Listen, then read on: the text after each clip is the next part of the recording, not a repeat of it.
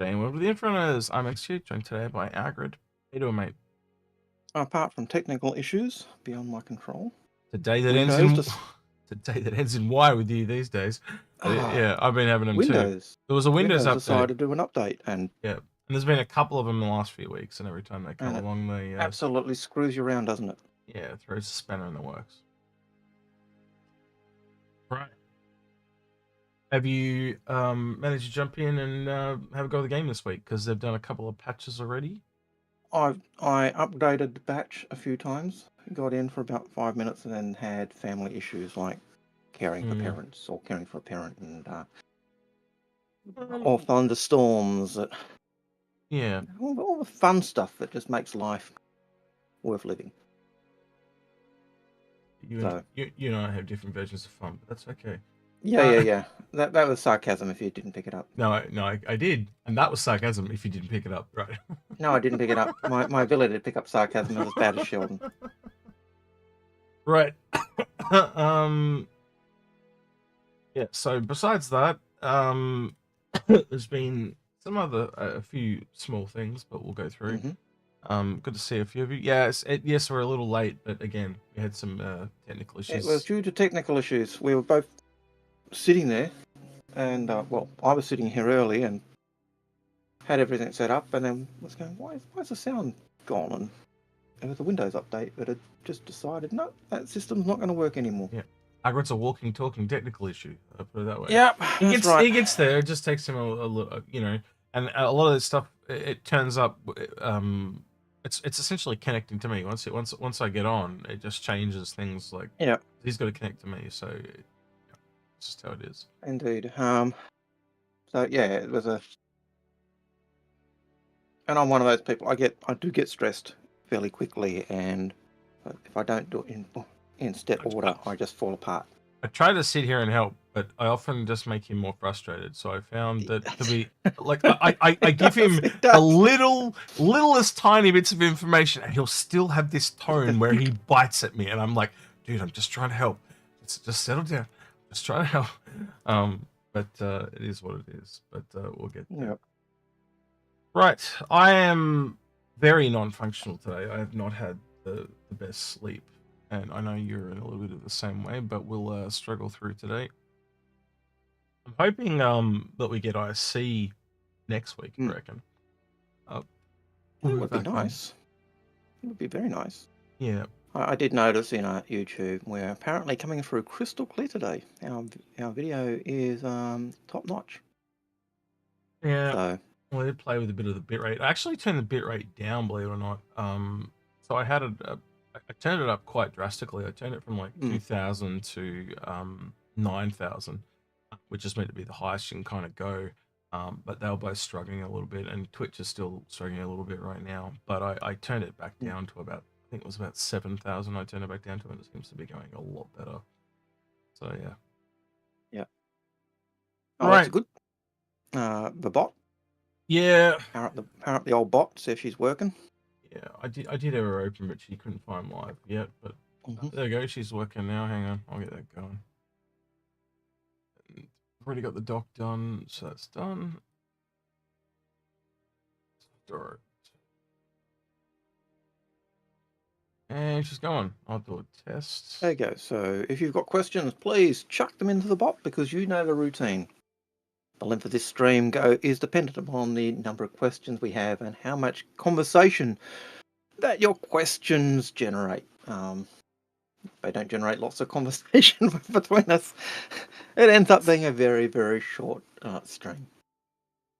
Yeah. So we've got one. Yeah, we've got one already, which is good. And our test is working too, so I can delete my own question. Yeah, the question beat your test question, so that was pretty good. That's good. Did you? So you haven't had a chance to get in and play the game at all, then? I haven't really had a chance to get in and play the game this week at all. I've had about 15-20 minutes. You get to the spaceport. I had enough time to get in. Well, I did get in and run around and check out the whole series. And that's about all I've had a chance to do. Yep, that's for a review that we're going to be doing. So I still haven't seen that episode yet. So, but no. I think the next episode coming is with space about this year. I'll have to double check. Okay. But that's look, unless it came out and I'm just ahead of myself. Yep. I mean, well, we can probably show people what's coming. Yep. Hang on. They've got a couple of episodes in the bank. One is with space, with executing space. One is with Paul and I talking law. So look at this. I'll show you this too. See, we're getting a lot of subs dropping off too. This happens every time around this year. So we've had about almost in the last 2 months we've probably lost over 200 subs. We were well over 1,700. Now we're below 1,700. So it's one of those things where the algorithm goes through, and if it thinks it's an inactive account, it just culls them. Yeah. So check your settings if you're someone who likes our channel and likes our content. Like, subscribe, hit that bell, because you may think you're subscribed, but YouTube being YouTube. So this is actually the last one I recorded, but I thought it was more important to get it out now. So that's a bit of what to expect with space. I was trying to get Paul in there as well, but they had a conflict of 1 hour, and they could not get together. It's annoying. So I actually got then me and you did this one, which is we're going to start going back and doing ship reviews as we said about. So that's the first one, the Reclaimer, and then Paul, me, and yourself got together actually the day before, I think, and did that one. So that's a law one that you and Paul wanted to do. So I thought that was an alright one too. Yeah, that's what's coming up. Hope that kind of. And then we'll also record a review of the Hull series, or the Hull C and the Hull A. Yeah, where they're up to. And we will be asking, put into Patreon, what ships would you like us to review that are in game, or. Yeah, so we're gonna have to get 3 or 4 ships together that we want to look at, and then we'll ask Patreon what's the next one that they want to get us to tackle. But we're going to get around to see them all eventually. Yeah. And caveats to that is, if we've recently reviewed the ship within the last year, it's going to be at the back of the line, because. So, and that's mainly coming out from you guys asking us to do more ship reviews, and sometimes, like, even as we were looking at Reclaimer, there were lots of things that you go, this needs this, but it's also in flux, it's changing, and the game's changing, and we don't know X, Y, and Z. And so it does make some of those reviews, in a sense, hard to look at. So you end up just looking more at the aesthetics. It makes it a now versus release problem as well. It does. It is that now versus release problem, and for the release problem, or later, it's very hard to kind of see exactly where it's going to work. I think there was the Reclaimer was a good one. Like it showed us. Like I picked it just because it was one that I knew, right? But then as we were doing it, was like, oh, this is just really shows like the middle ground where ships can lie for years, and you have more teething issues pick up, but then it's got some other cool things about it. So this is really cool middle ground ship, and I think that's why we're pushing into other ships. And again, we can come back to the Reclaimer in another 2-4 years, whenever it needs to be, and the review would be different again. Or if it's been or if it gets a major update. Yeah, exactly. So it really is that issue. It was quite interesting doing a Reclaimer, of looking at what it was like, and trying to remembering why they did X, Y, and did certain things, and then looking at how it's developing and where it seems to be going, and as well. So it was look forward to that episode. Yeah, it was quite an enjoyable discussion. At least I thought so. Right, we've got 3 questions. This is going to be the quickest stream ever. I'm so happy I can go straight back to bed. This will be awesome. Or we talk about each topic for an hour. I was just going to go back to bed. They want me to go back to bed. That's what they're telling me. They don't want us to talk very much today. They're sick of us already. That's good. All right. First question, K-Wealth rank. Space time. Oh my god. Space. We're just saying I want to go to bed. Jump in and say hello, you rude bastard. No, I've got to go to lunch. Yeah. Hope you're doing well, man. Good to see you, bro. Space, you should drop into voice and say hi. Yeah, That's all I'll say. it's the only polite thing to do, bro. Especially when I'm sleepy. It's your, at least come in and say, Happy New Year in person to me, because I haven't seen you this year yet. Yeah. And that's my plug. Yeah, you and Honey both. Love to hear you. Yeah. No, it's good to see you both. Well, I'm assuming you guys do kind of connected at the hip a little bit there, but we'll see. Right. All right. First question for today. We have what is it? J Voodoo Child says, do you like the variants with or without the available base model? So I think that's implying going back to some of the ships we've talked about, like say the Spirit, where we concluded there was not a base variant. No, wait, not Spirit, the Zeus. My bad. I just put my foot in it. So yeah. You want to answer that one, or do you want me to take it first? Because it's an if then and when question type of thing. Like it is. It really is up to them. They just decide what they want the ships to do. Yeah. And they would have some. I bet you at some point, like the Zeus has a base variant, but they just decide, well, we don't need it. Yeah, and I think it came even in the discussion we had with Ben and John when we were talking about the Gladiator, and having the things for the bomber module, and they said, look, we'd probably need to really do a variant of that otherwise the components and bits that go into that bay just don't make sense. It's just a lot of wasted space for the size and the munitions or stuff that ship would have. And so it is a lot of info, it's not just, oh yeah, we'll do a variant. There is a lot more stuff that CIG go through to work that out. Yeah, well, Lemming says on Twitch, I don't think a Zeus base or a starter base are really needed.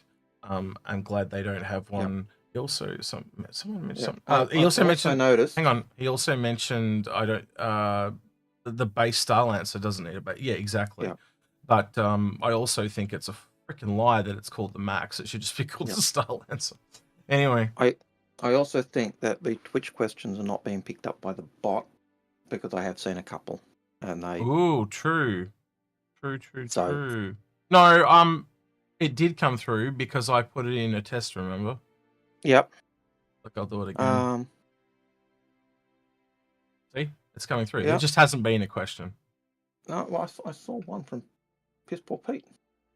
It even had questions. He might have done it before the bot came through. So we'll just do, true. Pete's, for some reason, Pete's didn't come through, so I'll do it right now. Piss Poor Pete says, with regards to ship blades, which features would you personally like to see added as blade functions to ships? Blades mainly for turrets and... I have to go back. I don't think there is anything else besides turrets when it comes to AI functionality. The other stuff was...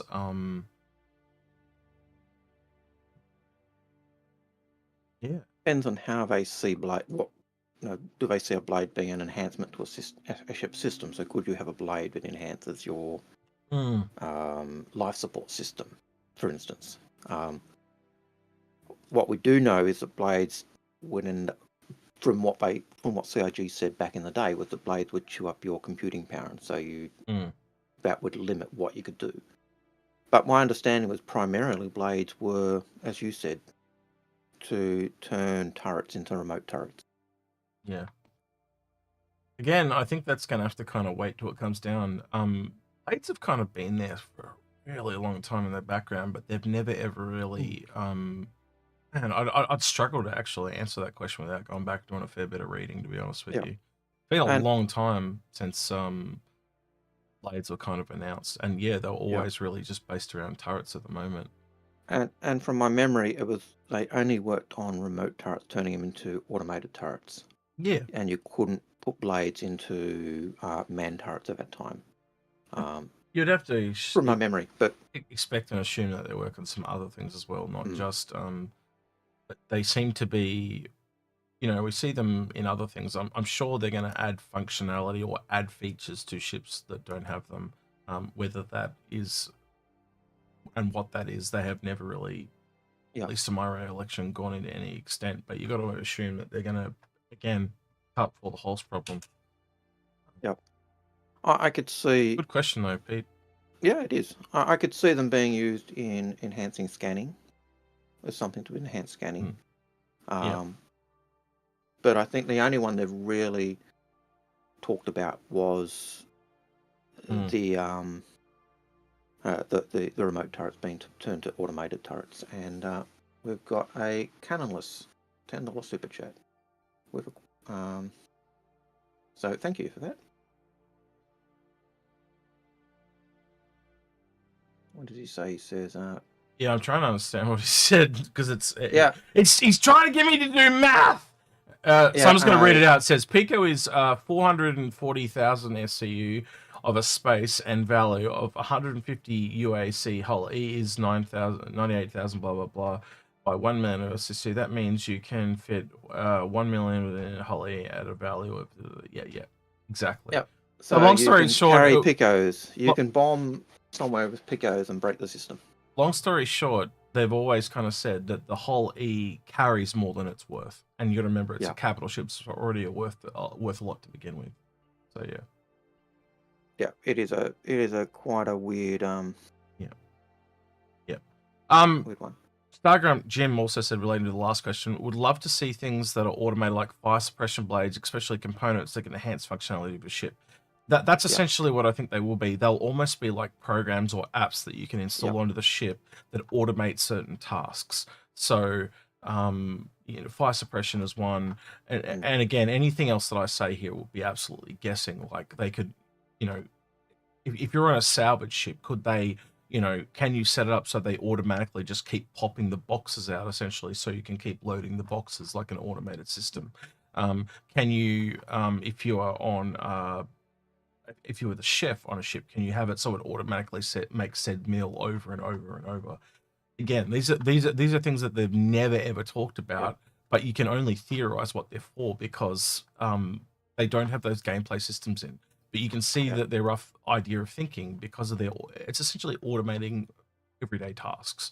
You essentially taking the computer and adding a custom program. That's what I firmly kind of believe that they will be. But we just don't know yet because they don't have them.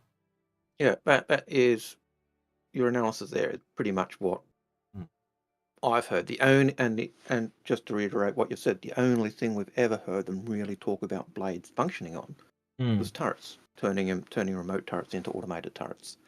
And that's basically it. Yeah. So but do we imagine or think the blades will have other uses?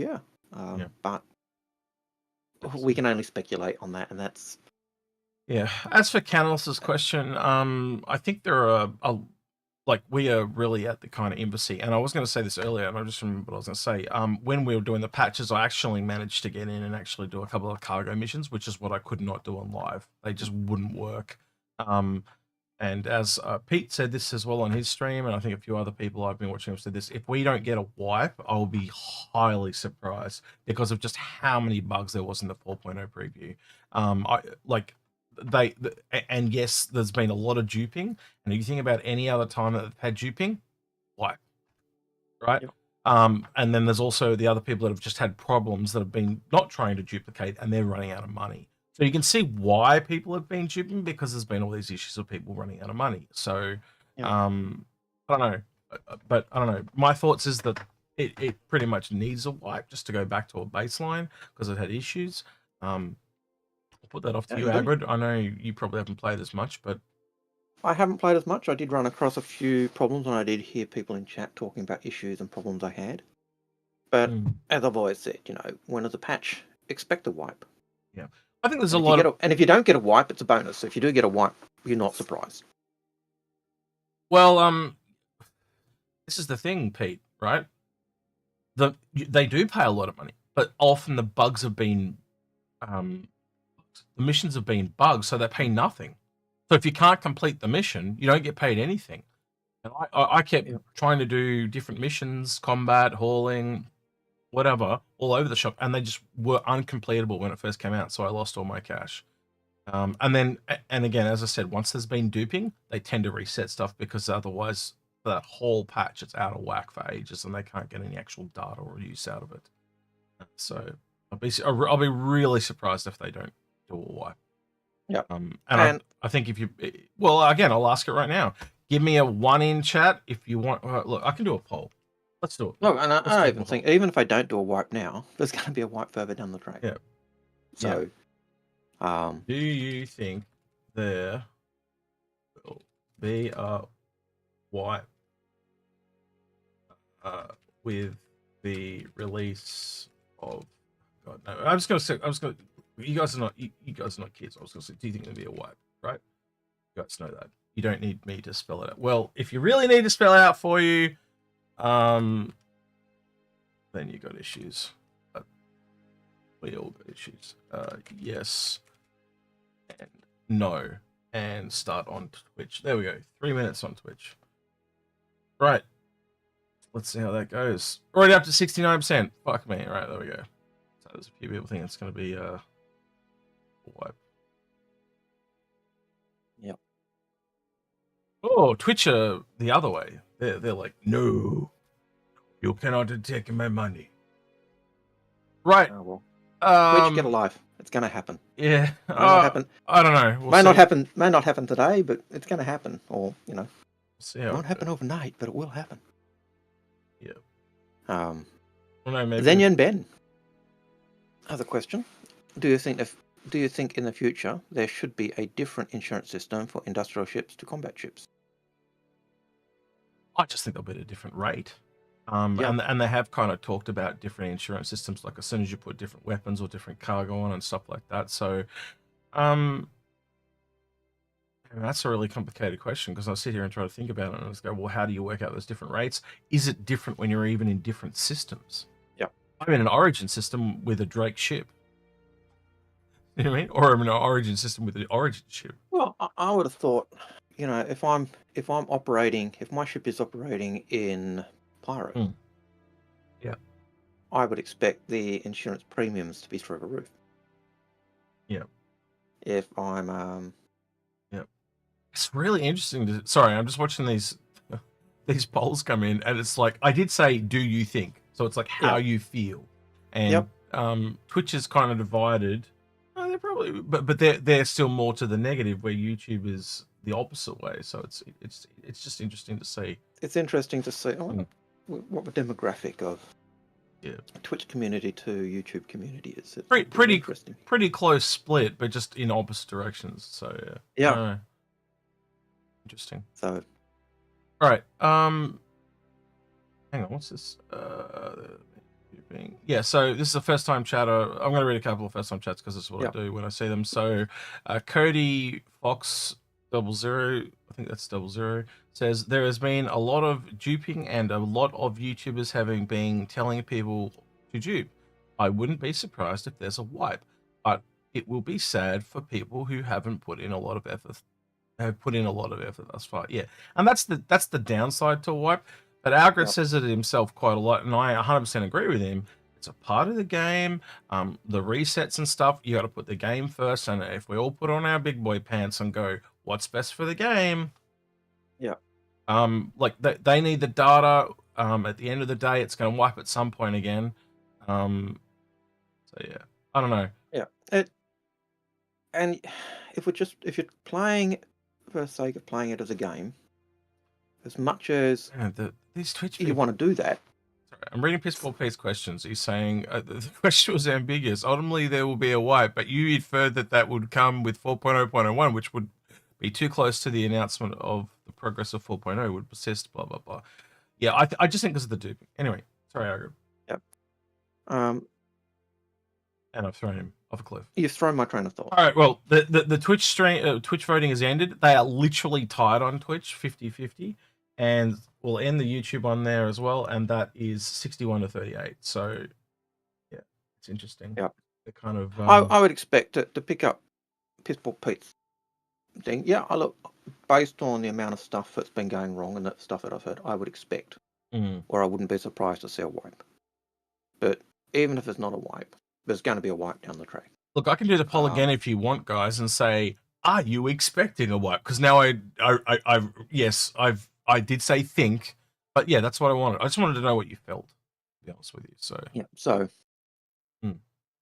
I always expect there's going to be a wipe, and then when there's not a wipe, I'm happy, and when there is a wipe, I'm not surprised. I think those people that really get into the game, though, they like to get back in and buy the ships that they used to buying and stuff like that. Like I feel like I do a lot more testing than playing. And so when I'm testing and now I can't test because of all the bugs that were broken and stuff, yes, I could just go out there and play and dupe and all that type of stuff. And yeah, there are a lot of YouTubers telling people to dupe so they can play the game. And I can see why some people would tell other people to do that because at least they can enjoy themselves. But that also tends to lead to them getting false data, so they're going to do a wipe because of that. But... yeah, I've got my train of thought back. It's if you're playing Star Citizen for the sake of just playing the game, for having a game that you play and just enjoy and do everything else, it's probably the wrong approach to take. And I know it might sound a bit weird because of the way CIG kind of want you to be able to play and enjoy the game in its current state, but you've got to be aware you're still testing. It's still a test environment, and so things are going to constantly change, and when they change too much, they will wipe. I wouldn't see the YouTubers telling people to dupe as telling them to cheat. It's telling them to giving workarounds for the problems that are there at the moment. Yeah, that's what I see it as too. But that tells me that, and you kind of picked it up, it's those workarounds so you can enjoy the experience at the present. Yeah. But that also tells me there has to be a wipe. Yeah. So that's kind of my yin and yang. Well, every time there's been wipes in the past, right, it's usually because there's been a bunch of bugs or there's been a lot of duping. And I think we've got both this time around. And I've talked to people that have made way too much money and people that don't have enough money. So that tells you that there's this divide again. There's a problem. So, yeah. Yep. All right. What's the next question there? AR says, anyone else have a Copian spawn on their ship in a pyro hangar or see a Copian run through the food court area of a road station? No, but that sounds awesome. That'd be cool. Just a random Copian in your hangar. Get out of here, you varmint. Yep. Yeah. Just don't bring them to Hurston. Oh, yeah. Anyone in chat had a weird Copion experience? We'll let that linger for a bit. If any pop up, we'll talk about it. All right, you want to go on the next one, Algared, for me? Yep. I can't answer that question about Pyro because I haven't been there yet. I've still avoided the experience. Yeah, they see Hurston people and they just shoot them on sight, don't they? So that is because off the books there is a certain supply of Hurston supplies and making their way to a certain faction. I did hear there was a strike with the red shirts though, so that would put you off a bit too. So you have to renegotiate their contracts. That just puts me off. Yeah. If the red shirts don't want to be on my ship and get because they are the expendables. I reckon it'd be really funny, and I'd like to hear from PC 101. We should get Algared and Piss Poor Pete together and get Pete to try and take you to do a stream and take you to Pyro. I think that would be Shenanigans 101. I can imagine Pete taking me to all the awesome locations, man. It'd be it would be different Pete sites. Boarding my ship.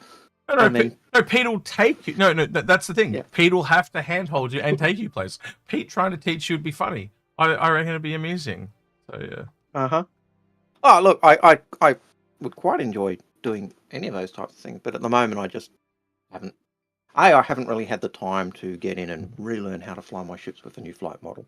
Yeah, so I always feel. See what he says in Twitch. See what he says in Twitch. There you go. What? Yeah, there you go. Read what he says in Twitch. Can you read it? No, it's too small. Hang on. He says, "I'm a professional driver. You'll be safe in my hands, Al." Is what he says.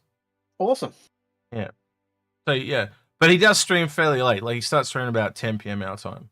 So you'll have to go out with him. But I reckon that'd be funny. I'd watch that. I would love to do that, but I got to admit, Not as much free time these days as you would like.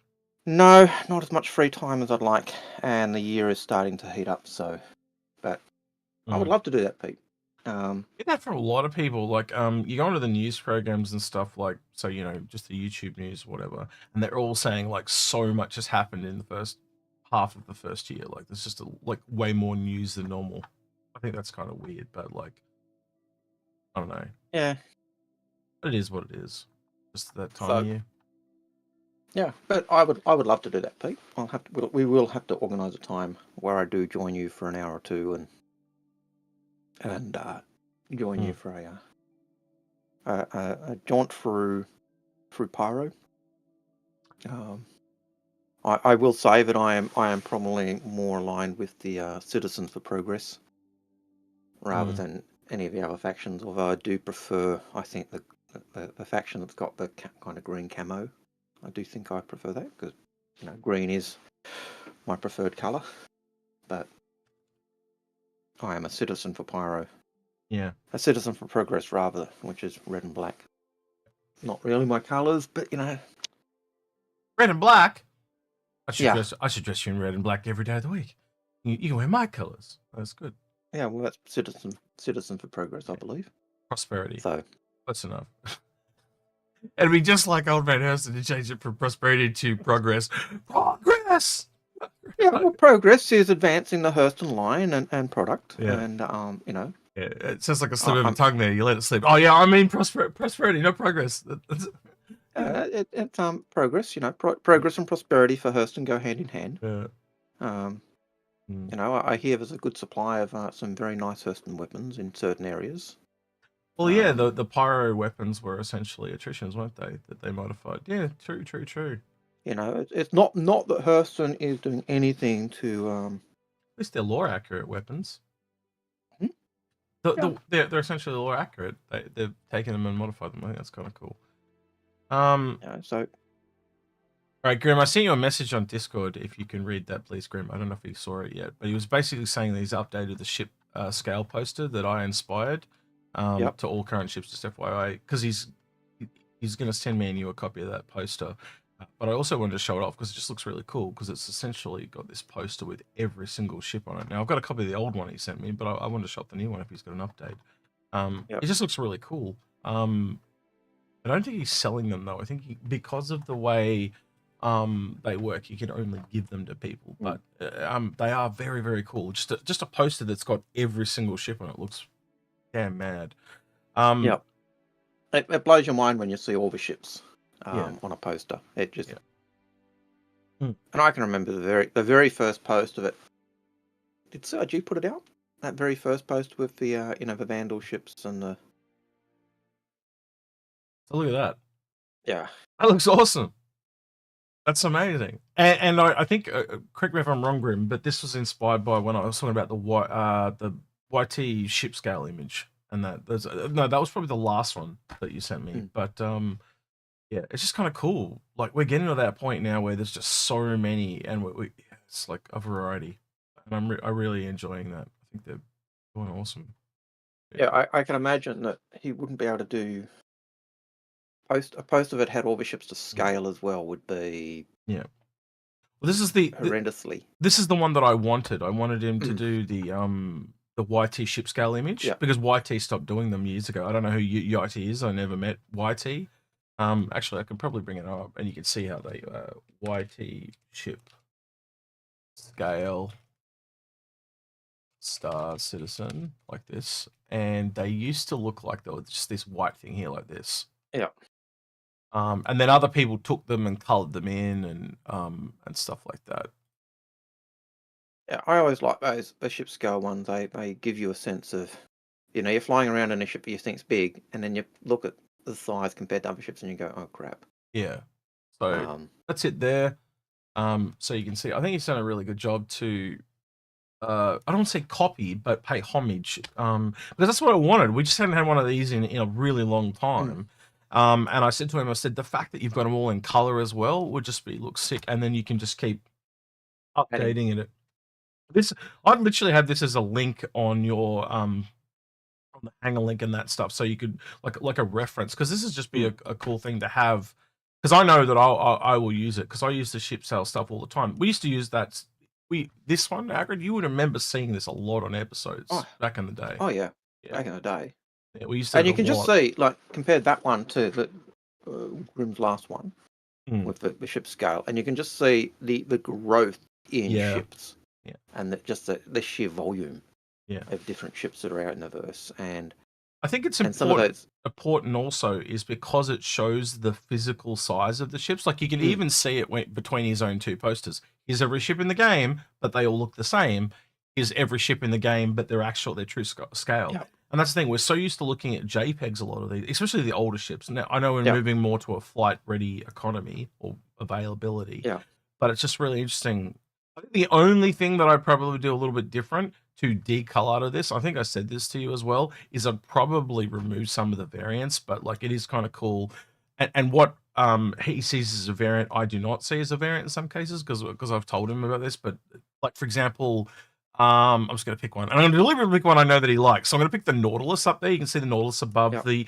That's just a skin variant, so I wouldn't include that. Like, there's no physical differences. I would say the same with the Carrick. Is there 2 Carricks there? I think so, isn't it? About 2 Carricks? I've got to find. Yeah, there's 2 Carricks. So again, I would only have the one. But then you get something like the Vanguard, where you actually have 4 different variants. That to me are variants. So you know, it's just how different people see them. Now, technically, they can see it as a variant, but I think a lot of those skin ones, like so, the other example I would give that is not here, that if you were going to follow your own logic, where are the 2 Reclaimers? Because there should be there should be the best in show Reclaimer that came out that was white and pink, and the normal one. So again, that's there's a little inconsistency. This is feedback, and I'm doing it live on air, Grim, because then there's a recording of it, and you can come back and have a look at it. Yeah. And it's not, it's not jumping on you or bagging you out. It's just man, I think it's awesome. Yeah, it's a great idea, but we can critique anything, so we're going to critique it live. That's right. We'll critique anything. We'll give positive feedback where we can, and give constructive criticism. Yeah, and I think if you did like in terms of the constructive criticism, if you did reduce those scopes like the Carrick or the what was the other one you mentioned? The Nautilus. The Nautilus. Yeah, that frees up just a little bit more room for. There are others that fall into the cracks though too, isn't there? Because I'm just looking at a few others, like the 2 Krakens and the 2 Idrises. Now, technically, I would only put one Idris up because you can clearly see they're more like a progression change of upgrades. Same with the Privateer, it's really just an upgrade. But the other thing is, if you're going to stay to your own logic, where's the 3rd Idris? Because technically there'd be a P, K, and M. So pick one lane and stick in it, is what I'm trying to say. Like that, you've got to go. You can't go both ways. And I'm more in the lane of trying to put less ships in because then you can kind of make the ships bigger. But that's just where I'm at, especially on a poster. Yeah. So I'd be taking anything that falls under upgrades. I'll just have the one. Any that's a skin, I just have the one, and only true variants. This is one of the things me and Algared struggle with when we do a lot of this stuff, but we try to stay to true variants as much as possible because then it just brings that number down. Because if you're going to go into variants, like where's all let's pick something really obscure. Where's all the Avenger variants? Like where's the Saber Comet? You see where I'm going? Like it just blows out of proportion super quick, and they can count. Like I guarantee you, on a marketing slide, CIG would count every single one that they've done. Yeah. But let's be honest, a Saber Comet is just a saber with a different name and a different loadout and a different skin, and that's nothing. Let's be honest. Yeah, and I always found the if you could buy the parts in game and put them on a ship, it was like the that's it.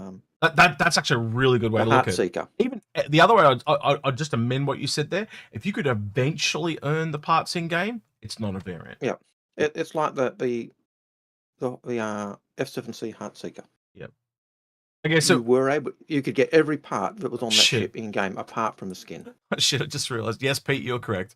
Yeah, he's put all the see, that's another thing. It bloats it out. There, look, he has put all the Avenger variants there. Yeah.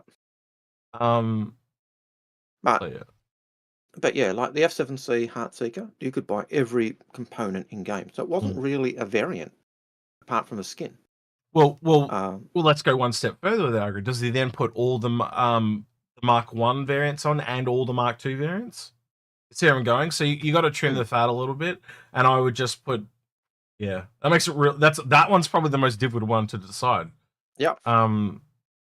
Yeah, I'd probably just go the Mark 2 variants personally, but again, I'd be doing this with a group of people and get a consensus scrim and go from there. Don't let us dictate which way you go. It's your poster. You do what you want.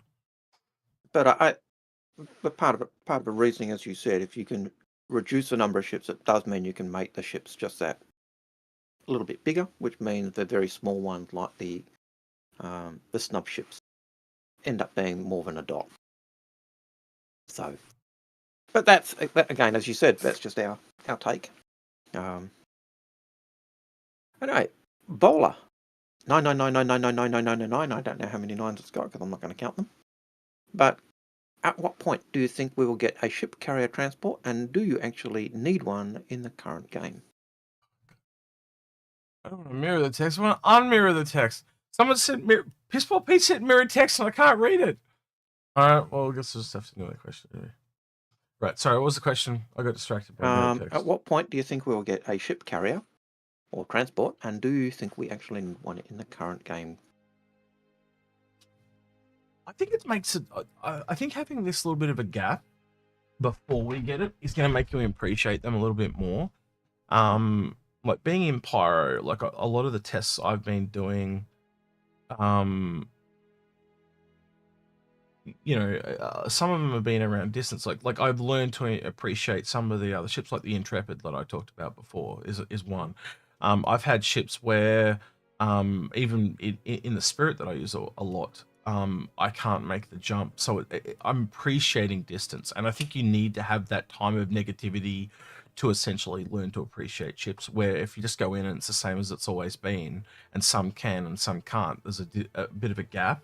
And where it's this middle ground time, I don't know. Have you ever been through a hard time in your life and you look back at it and you kind of appreciate that you got past it, but you grew from it? That's what I'm trying to explain. And I don't know how else to put that. It sounds very life lesson-y what I'm trying to, but I'm not trying to, what's the word, dictate how it should be. I'm just trying to say, look, I'm appreciating it where it's at, and it's only going to be the same thing when they get bigger and bigger, you know.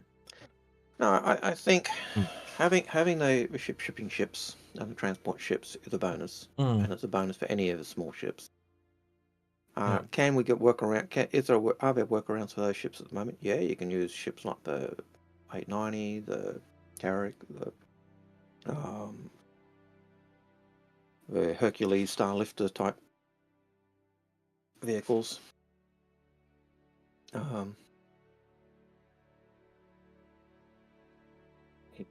What Aussies need to turn these images to the right way up for them?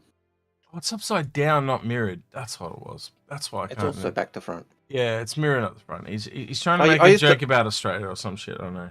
I used to be really good at reading backward text. Yeah, but it was the upside down and mirrored at the same time.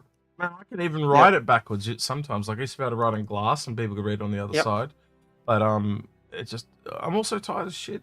But do that to me, I used to be able to do that. I used to be able to write whole pages in complete reverse text and read it, but that is a skill I have long since lost, alas. Yep. I did think it'd help with learning languages like Hebrew, but Hebrew is an absolute dog of a language to try and learn. Just putting it out there. I'm sorry, I'm not having a go at any Hebrew people, but it is a dog of a language to try and learn. Just like Old Man Hassan to execute. Oh, you know, it's probably as bad as trying to learn Vanduul. Ugh. Okay. I'm actually surprised that many people have gone out and learned some of the languages, to be honest. Like, that's pretty hardcore stuff.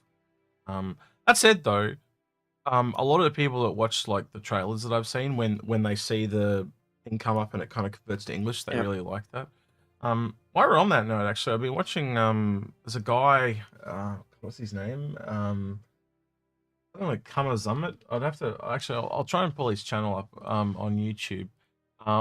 I did reach out to him and ask him if because he's always asking these questions when he's watching these videos. He's a cinematographer, and he essentially watched Star Citizen, like, and like, you know how they kind of like react to a trailer or whatever.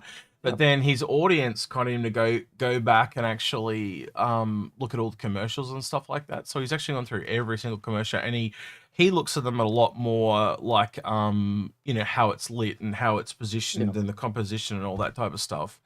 But it's just really interesting to get his perspective on it, because he's doing it as a film person, not as a game person. But then he has all these questions like, oh, is this the actual game? What are you actually doing in this game? And stuff like that. So it was just, yeah. So Kai Zamet, that's his name. I just found it. Hang on. So that's his channel. So let me flip it over so you can go see what I see. So this is his channel. And you can see here he's done a couple of different reacts. So he's done the ads, and he's done the trailer and stuff like that. And he says he's going to go back and do a few others. Now, I don't know him at all. I just thought it was really interesting to get a cinematographer person's perspective on it. And I think he's doing a really good... It's just interesting to see an outsider's perspective. And he's talking about how they all improve as they go along. So much like how we talk about the ship line improving or development improving, even the cinematography people who work at CIG are improving as well. It's just interesting because you'll make little comments like, oh, they should have done this here. Oh, shit, they didn't do it there because they did it here. And yeah. And they were building up to that. Yeah. Yeah, I remember seeing his, I think it was the one of the playthrough, of the Squadron 42 playthrough. And it was, So he, if you like some long form content, he's got some fairly long videos there. You know, obviously the trailer of the game he goes through and talks about, but he's also got all the ship commercials, and he split it in two. So if you want to go have a look at that, that's something you can go check out, because if you like some stuff while you're at work or whatever. So, yeah. Right. Okay. Next question. Crusader Maximilian has a question. Which currently in-game ship do you guys think needs a rework most? Ooh. Well, we just did the Reclaimer. That would be the easy answer, wouldn't it? That would... Reclaimer would be easy. Yeah. A couple of other quick contenders would be Aurora, Gladiator. Again, like I always put on my CIG hat, you know, and I go, well, what gameplay are they working on right now? And again, unfortunately, that's new stuff like base building and stuff, because they worked on Squadron for so long. Like, you can kind of tell it's been a monumental shift to move it over stuff that's more of a priority for there. For the PU playability. Is that true? Wow, that's interesting. So Peach just said there is now only one ship without a skin. It's the 85X. Have we got a contender for ship or shit showdown or ship showdown? Yeah, well, I think we might. I think 85X, yeah. Yeah. All right. When they come to blame people, like they blamed me and Paul that year, I think it's now blame Piss Poor Pete. So Piss Poor Pete has nominated the 85X, guys. So start thinking out campaign ideas for the 85X. Yeah. We're only 9 months away. Yeah, it's a start building Twitch support for the old 85X. What do they call it? A Twitch baby. So the Twitch baby this year is the 85X for Ship Showdown. But yeah, start getting your plans in for that. I think that's where it's going to be. Yeah, I'm going to be honest. Yeah, the Gladiator doesn't have a skin.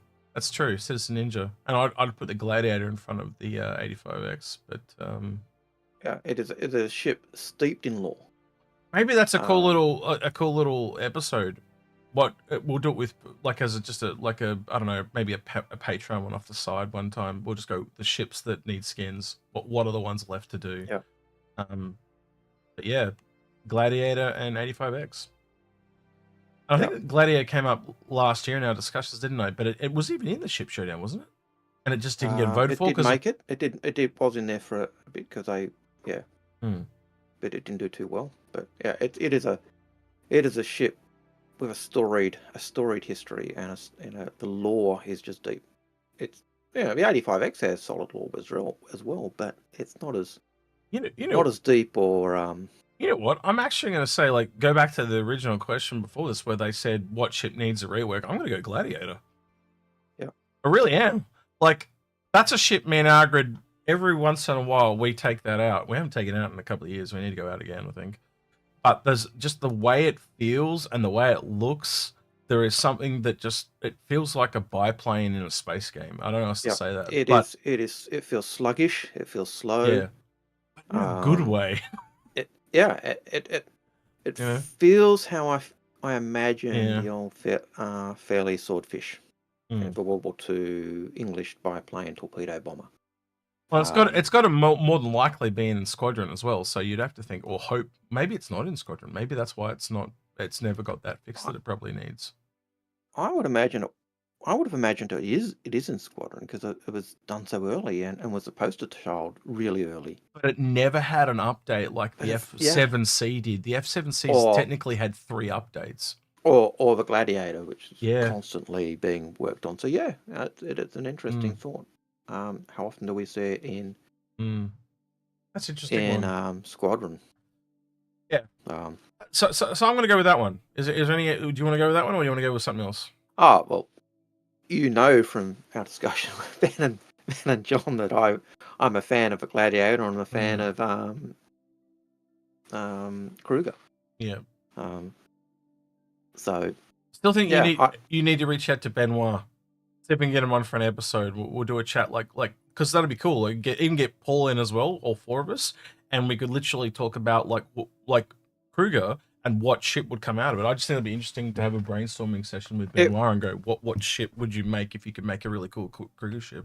Yeah, it was interesting. There was in the on Spectrum they did the lore questions where they go through the lore, ask a dev questions, and they pick out 10 and they answer them. And one of them was, why doesn't Kruger have more ships? And why are they so small? And the lore team basically rightly said, look, they've got a really long history of RSI and Anvil, and they're not known for building ships or guns. They are known for building all the parts. They build precision parts. That's their cup of tea. And the reason they've built the Tiger Shrike was because at one of their meetings they said, look, we build all the parts. Why don't we build a gun? And they put out the gun and it didn't sell, and then they merged it with the Anvil ship and the Avenger, and people started saying, wow, this is awesome. And then when they decided to do ships, they, rather than trying to put out the ship individually, they went to RSI and said, hey, look, we'll build your snub ship for your... Sounds a little bit like MISC, and they're not good at marketing. No, they are good at marketing. They build all their key thing is precision parts. So every gun probably has a Kruger trigger or a capacitor, or every ship you've got has probably got half a dozen Kruger parts in it. They are known for those precision parts. They don't focus on building the usual item. And so when they do decide to build the item, when they do the weapons, people go, well, who's this company? And so they had to, they go by the quality, and the Tiger Shrike was a weapon that people loved. They just didn't know the company initially. But because they are focused on those precision parts, they are also very picky as to what things they actually produce. So what weapons are produced or what ships are produced.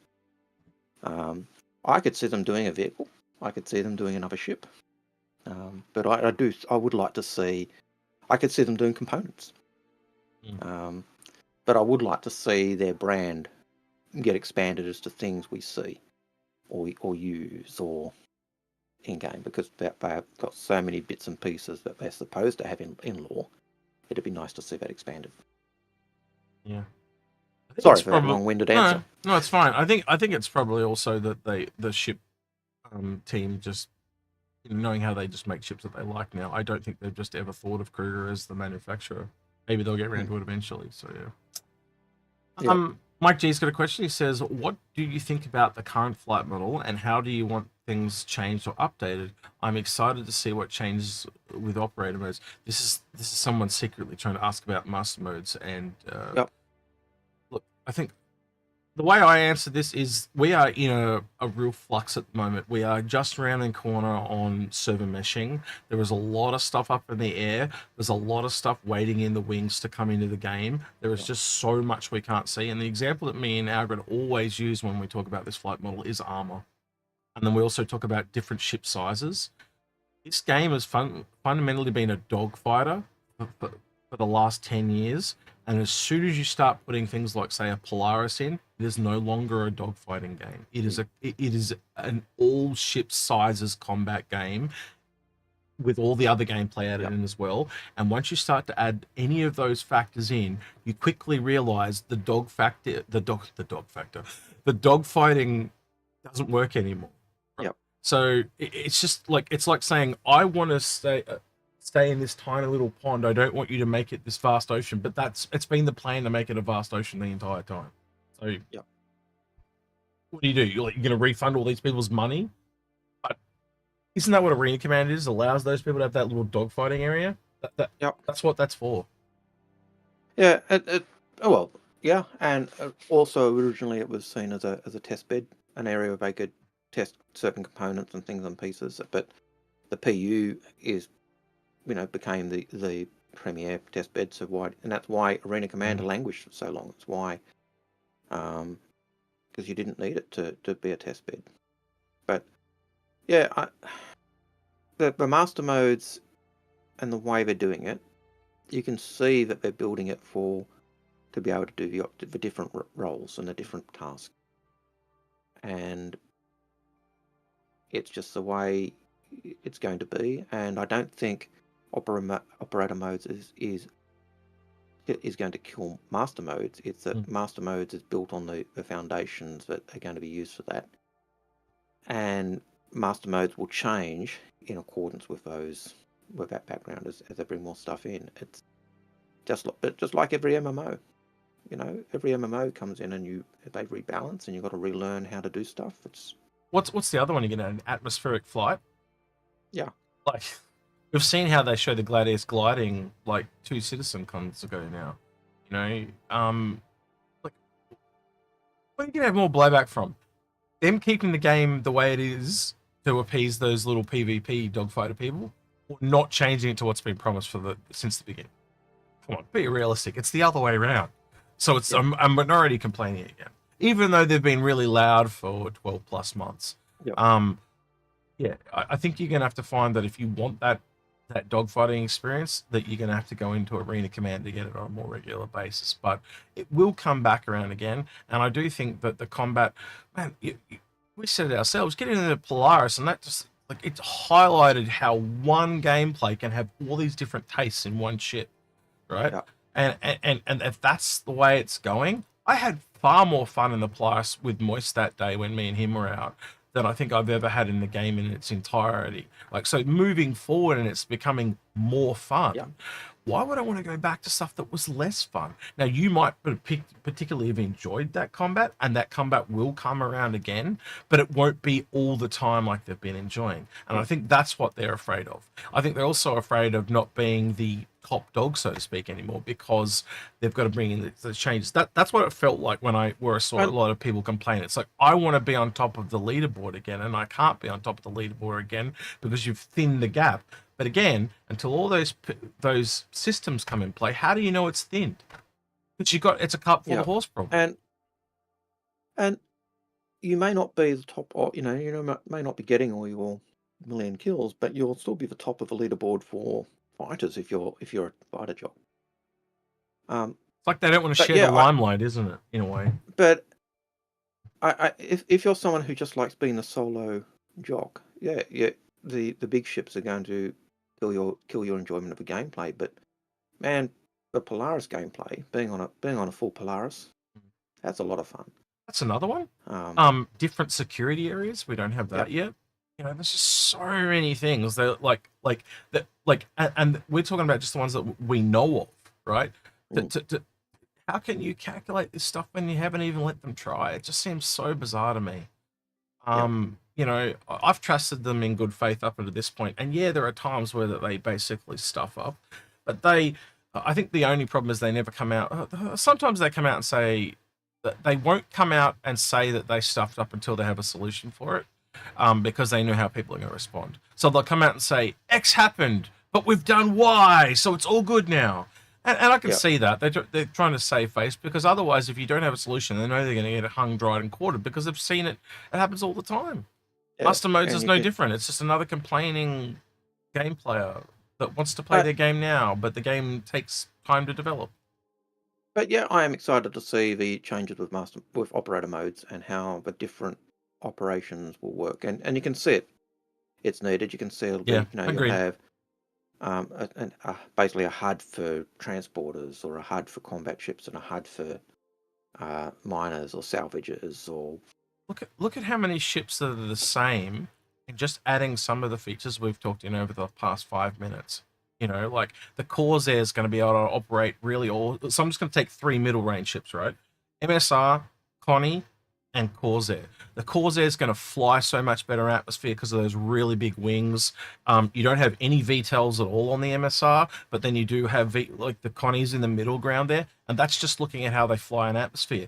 Then you go off into space. Obviously, the MSR is going to have probably the quickest of the bunch, and it carries more cargo than the other two. So you can see just by talking about cargo and atmospheric flight, and I've only talked about 2 different things, how instantly those ships differentiate straight away. And then if you even look at the roles of the ships, like how does that with the operator modes influence that? Does that mean, does the Corsair have an explorer's operator mode? Yep. Or is it? And that's where I think you'll see, is the Corsair actually for exploring other people's ships and being that, or is it being tailored more towards actual exploration? Yeah. So there's those types of questions that come in, more guns on the Corsair, but less cargo, the least cargo of the 3. So this weird balancing out question. Does the operator mode influence, say for Connie, you've got a cargo variant. Does that have a different operator mode to the Andromeda? Or is that a part of the blade system? Is operator modes a part of the blade system? Going back to Baseball Pete's question, there's another good one. So, when you look at the role of a ship, does that influence what operator mode it's in? Yeah.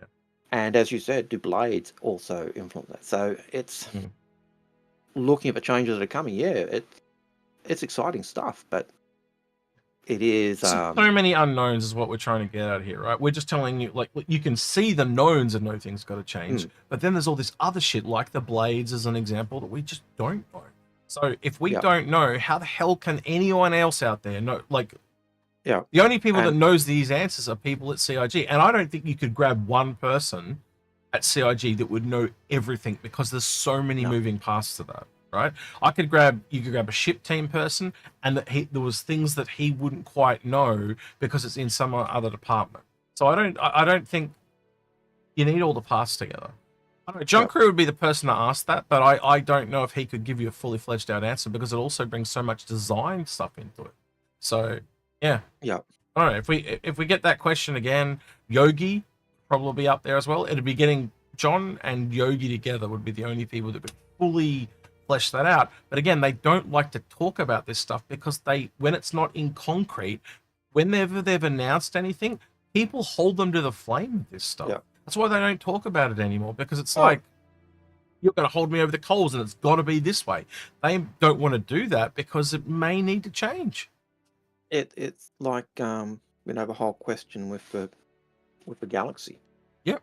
And John Crew's initial comment was, well, we haven't sold the manufacturing module. We're not bound to it. And I still agree with that. I still agree with that. Yeah. But the fact that on previous CitizenCon, they'd said, hey, this is the building ship. Kind of threw that. Personally, I think put him in hot water. But I think John was right. Yeah, and I think John was right, but by the same token, I do know a lot of people that bought a Galaxy based on the fact that it could build things. And as my fix for it, give them a switch over to the build if they want it, and make it a shipbuilding ship, not a building ship. Yeah. Do a Cutlass / Buccaneer treatment. But yeah. But anyway, that's that question. Or for the first time ever, give refunds. Because Joshua, Joshua, AV says with AI or Al, with Al, the past drama, with all the past drama regarding the Paladin, do you think we could see in future other ships getting the benefits of slave pilot turrets to be added, like adding at least one turret to the pilot on the Retaliator. So let's snip this in the butt because we talk about this a lot. Let's take the Corsair. That's another one where this kind of had the gunner problem. MFDs will eventually allow you to do anything you want in any setup that you want.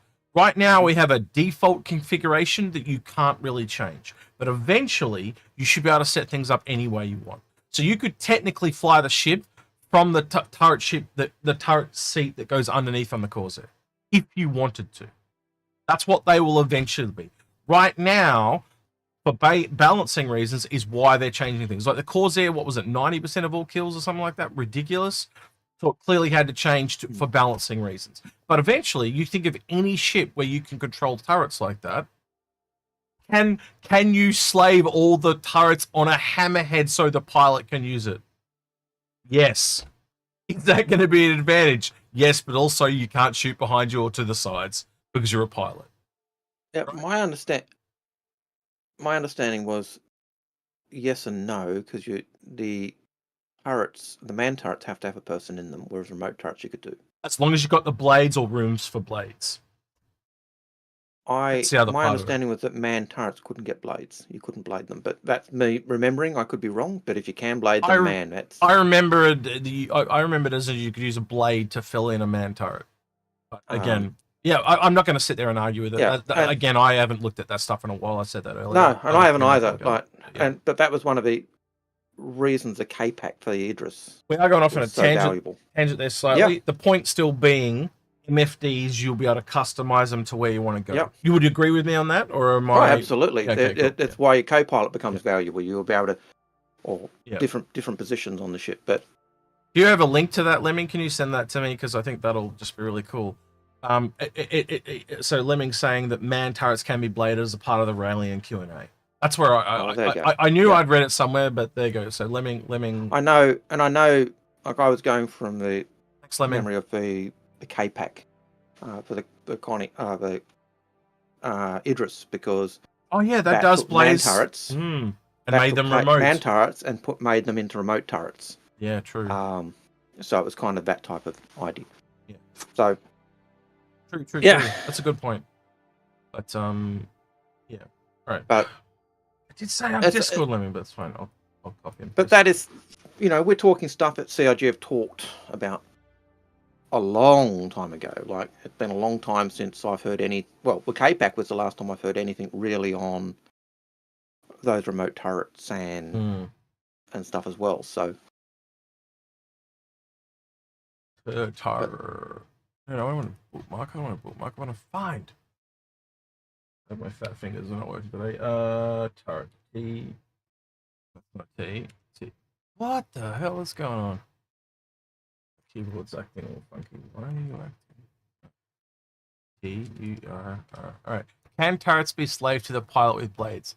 Like all turrets, will support slaving them with the pilot with the use of blades. However, they'll be locked forward, so relatively limited use. Solo players will be better hiring NPCs to man them than. There you go. So again, same with the hammerhead, you'd want to hire NPCs rather than you, and that's true because then they can shoot in all directions. Yep. So really, blades are a stopgap. They're like a middle ground between AI and lock your turrets forward facing, and So, all right, Joshua, actually answered like one of the older questions and it answered that one. So thank you, Lemming. Thanks, Lemming. Joshua Rattensberger says, going back to blades on turrets, do you think they will make one that makes the larger turret act as a point defense system on ships or fighters that don't have them? Back to blades on turrets, do you think they will make one that makes the larger turrets act as a point defense system? No, because point defense systems are almost like Gatlings. I would almost see a point defense system is... How do I put this? Point defense systems are automated to shoot down incoming torps and missiles and stuff like that. So they're like an NPC crew member without the NPC crew. So they're a blade essentially, but they shoot specifically in all directions. Where, like from the last one, they only shoot. You can slave them to a pilot. So they're another weird one between those. Yeah. If you have remote turrets and you blade them to be automated, does that not make them into, in a sense, point defense turrets? Yeah. To target certain things. So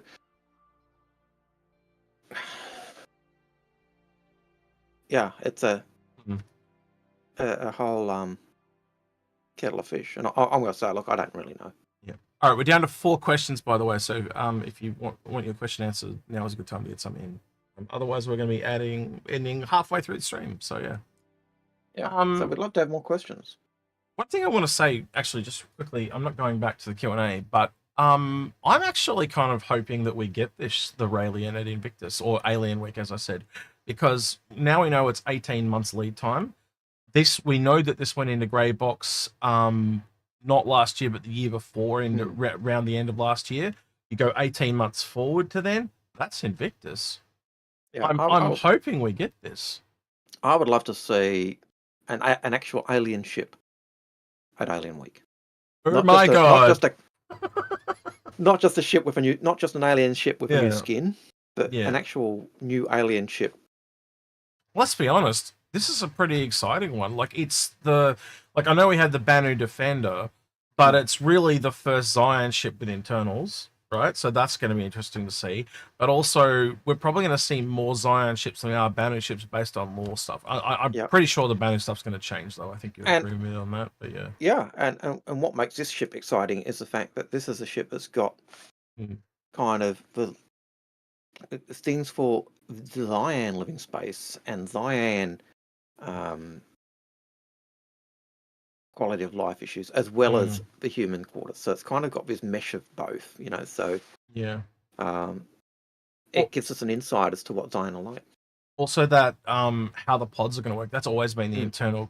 Well, for me and you, that's always when we start talking about the ship. This is the one that we eventually always come back to, like how these pods are going to work. And I don't know. You tell me if I'm treading on toes here, but we've always wondered it's a different system on how the Zion load the cargo, and do you have to actually kind of go between two systems, like a Zion and human system? And I think that's what this is. They just prefer to load stuff in triangles, where we prefer to load them in square boxes. So and it is different in that those external boxes are kind of where you put your cargo. So are they? I suppose they're cargo boxes, aren't they? Well, assuming that you're using the ship, it's pushing you to using the ship more in Zion space, because otherwise you're converting backwards and forwards every time. But again, that will be a part of the job if you are going between human and Zion space, is converting the cargo over. That is an added time frame thing. Again, what ship will be the most efficient at that?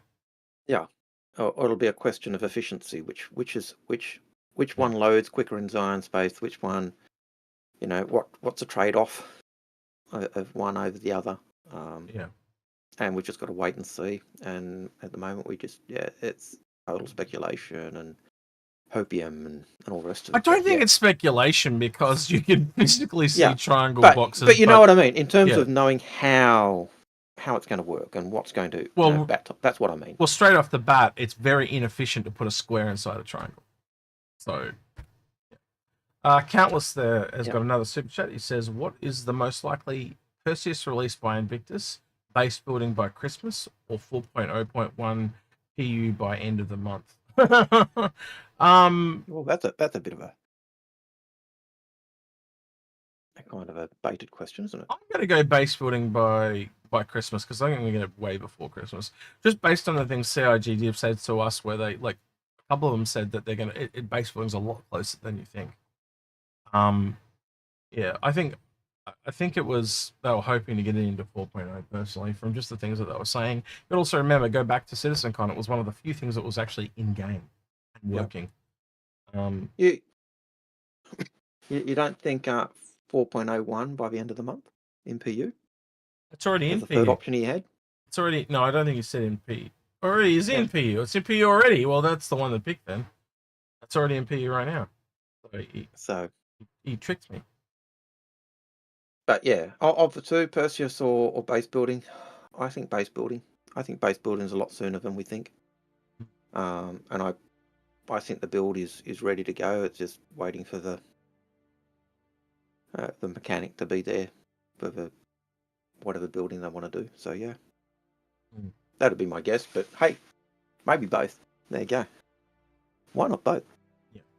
Well, again, see, going back to the previous question, Ash is saying is another mod in Twitch saying going to be a bitch to manually load though. Yeah, that is the question. Yeah. Like, what is the downsides to those pods? Me and I are going to always come back to that. We just want to know what the downside is because, essentially, and we'll put it this way, it is like.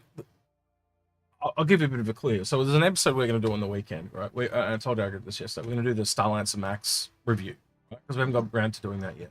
And everyone goes, there is no ship that competes with the Starlancer Max, blah, blah, blah. There's nothing in its price range. No, sorry, it's the Raelian. The Raelian is the closest competitor to Starlancer Max, and it is not out yet, so it will eventually be more expensive. But right now, when they were out, because obviously the Starlancer Max is going up a bit as well. But you get my point, right?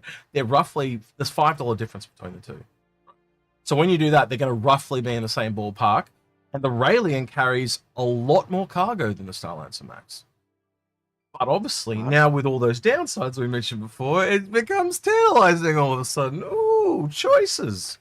But again, I'd still be taking the Raelian right now on a dollar value. So yeah. I don't know. Yeah, I look. I kind of agree. It's that there is that there'll be an efficiency level that'll separate them, and one will be more efficient. But I think the Raelian will be harder to load and offload just based on the human experience we've seen.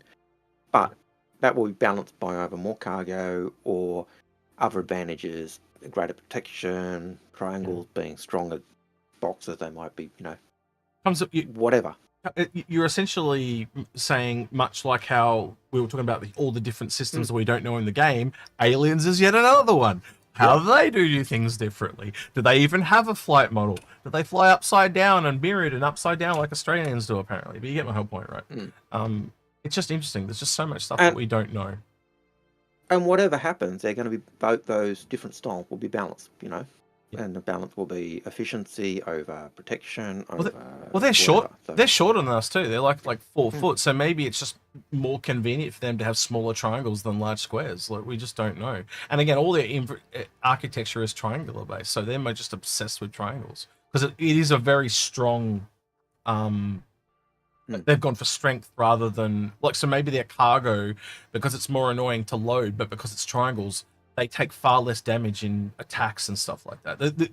A different weird balance. They've gone, the protecting the cargo over everything else. It just, and that sounds like a Zion thinking to me, but I don't know. Yeah.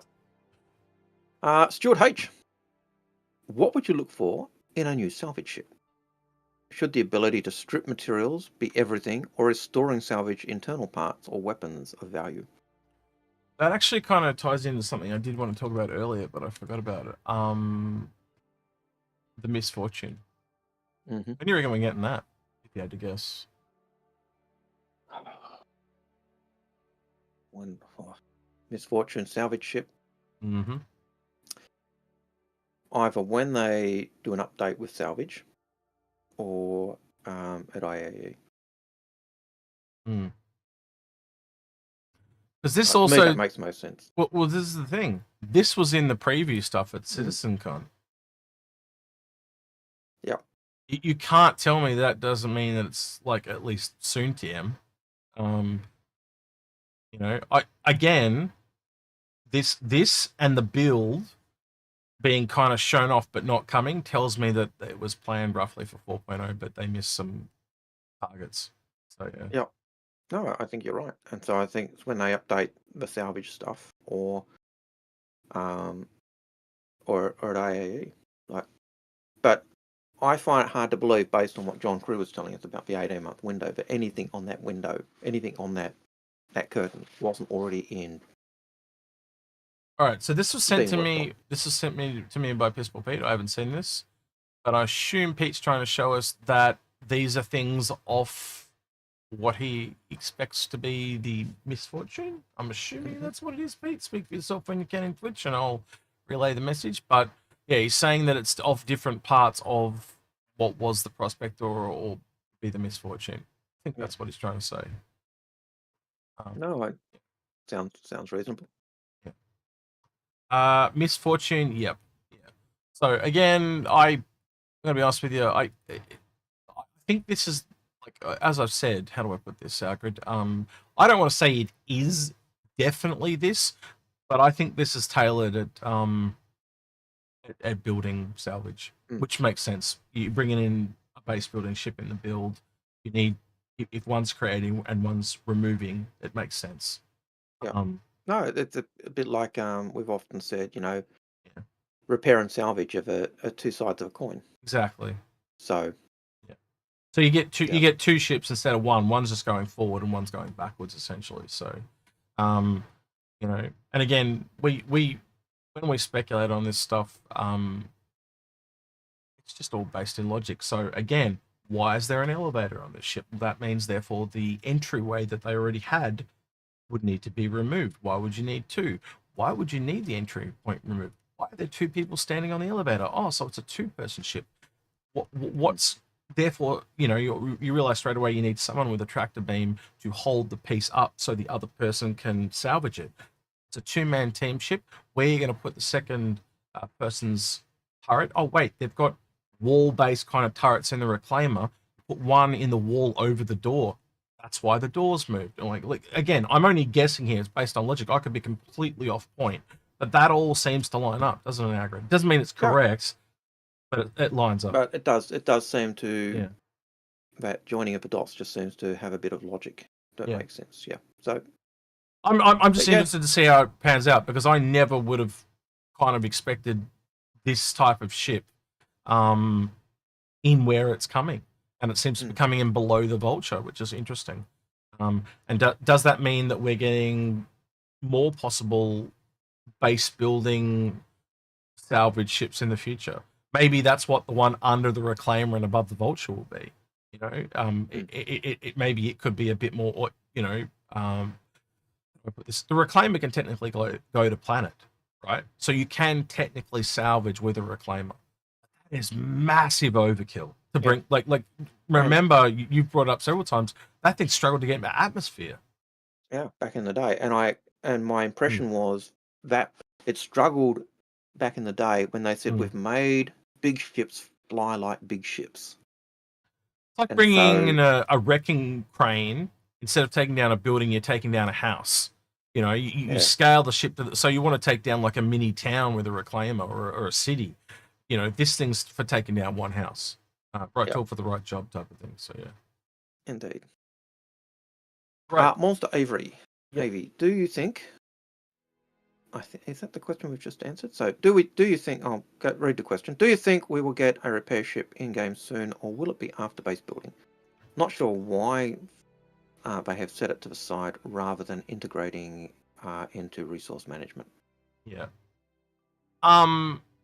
Yeah, it's definitely after base building. Real quickly, we've got 2 questions left, and then the stream is over. So if you do want to get some questions, feel free. Please feel free. Right. Yeah. But in terms of that question, I think part of the reason is the 2 main repair ships we've got are the Vulcan and the Crucible. The Crucible needs a major rework. It's got drones, it's got the arms, it's got, you name it, it's got it. The Vulture has manned drones, or remote drones that are controlled by players.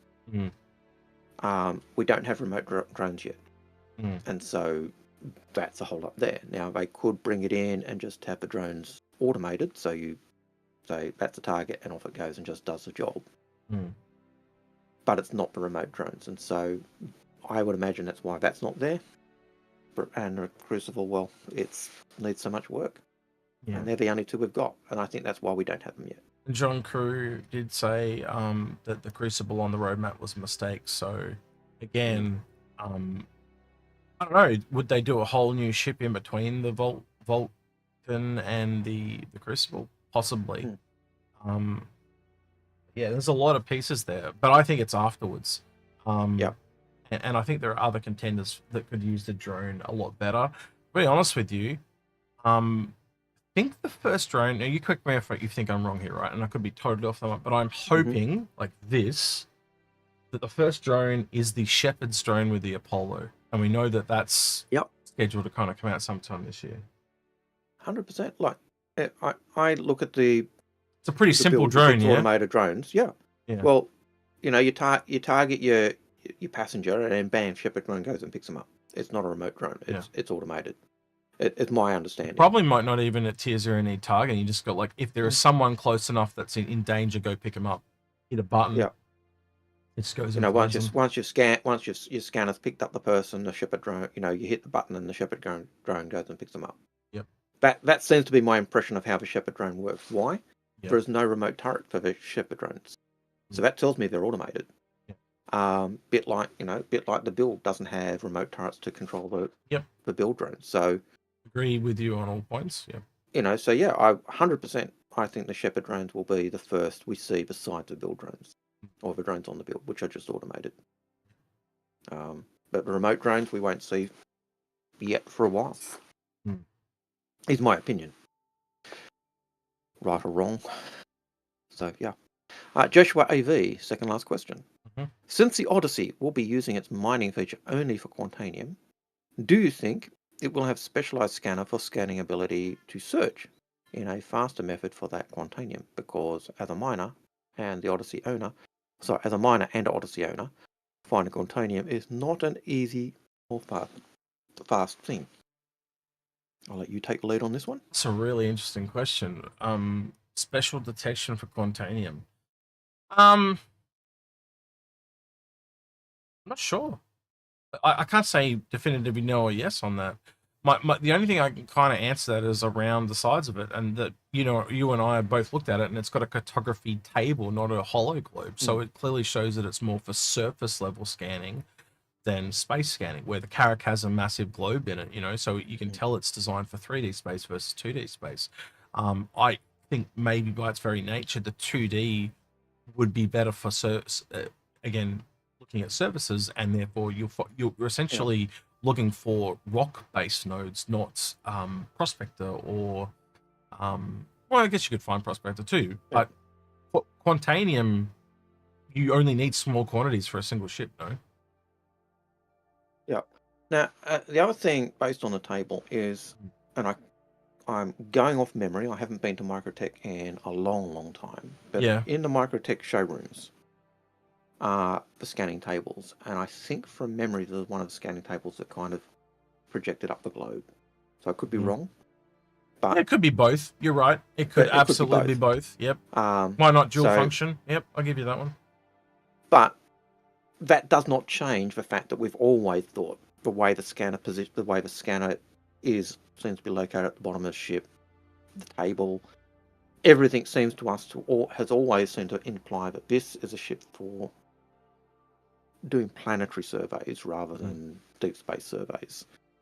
The other thing that ties in with this is, although it is primarily for scanning, mining, and refining Quantanium, it does the graphics in the ship that we've seen do seem to imply that it's got storage bins for doing samples, and so we've always thought it could do core sampling. I can't recall hearing anything other than that, and it could have been in a Q&A somewhere. If it is, I can't remember. But that's where we've always thought, so that to me would change that. Yes, I'm using it for Quantanium mining and refining, but can I take core samples of that stuff? And that is an awesome question in Twitch, and he was totally on the money. Has the bot stopped working? Yes, the bot has stopped working. Thank you for pointing that out. I'll try it again, and now hopefully some more questions will come through. Yeah. And that was a very important question on Twitch. Thank you for prompting me, Datsun. I appreciate it. Yep, there we go. Oh my god. There they all go. So now we've got another hour of questions coming through. Yeah. It seems to be if I don't know what it is, but about if you have asked a question in the last, there we go. No, Volta just put one in then. So yeah, if I think Wolf there's one there asked by Wolf that I missed. So yeah, going back to If you asked a question listen, for... stop.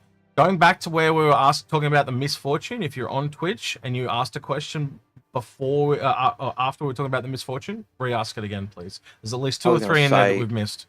The last question that came through on Twitch they're coming. Was 8:29. So they're coming through now. So if you'd asked a question after 8:29, redo it, and that'll guarantee it come through. Yeah. But they're coming through now. Great. Yeah. Damn pod. No, what so, makes it is, but yeah. But to go back to Joshua's question, I would expect part of the Odyssey's scanner suite to be more, to enable it to detect gas pockets or things. It'll do what it's supposed to do.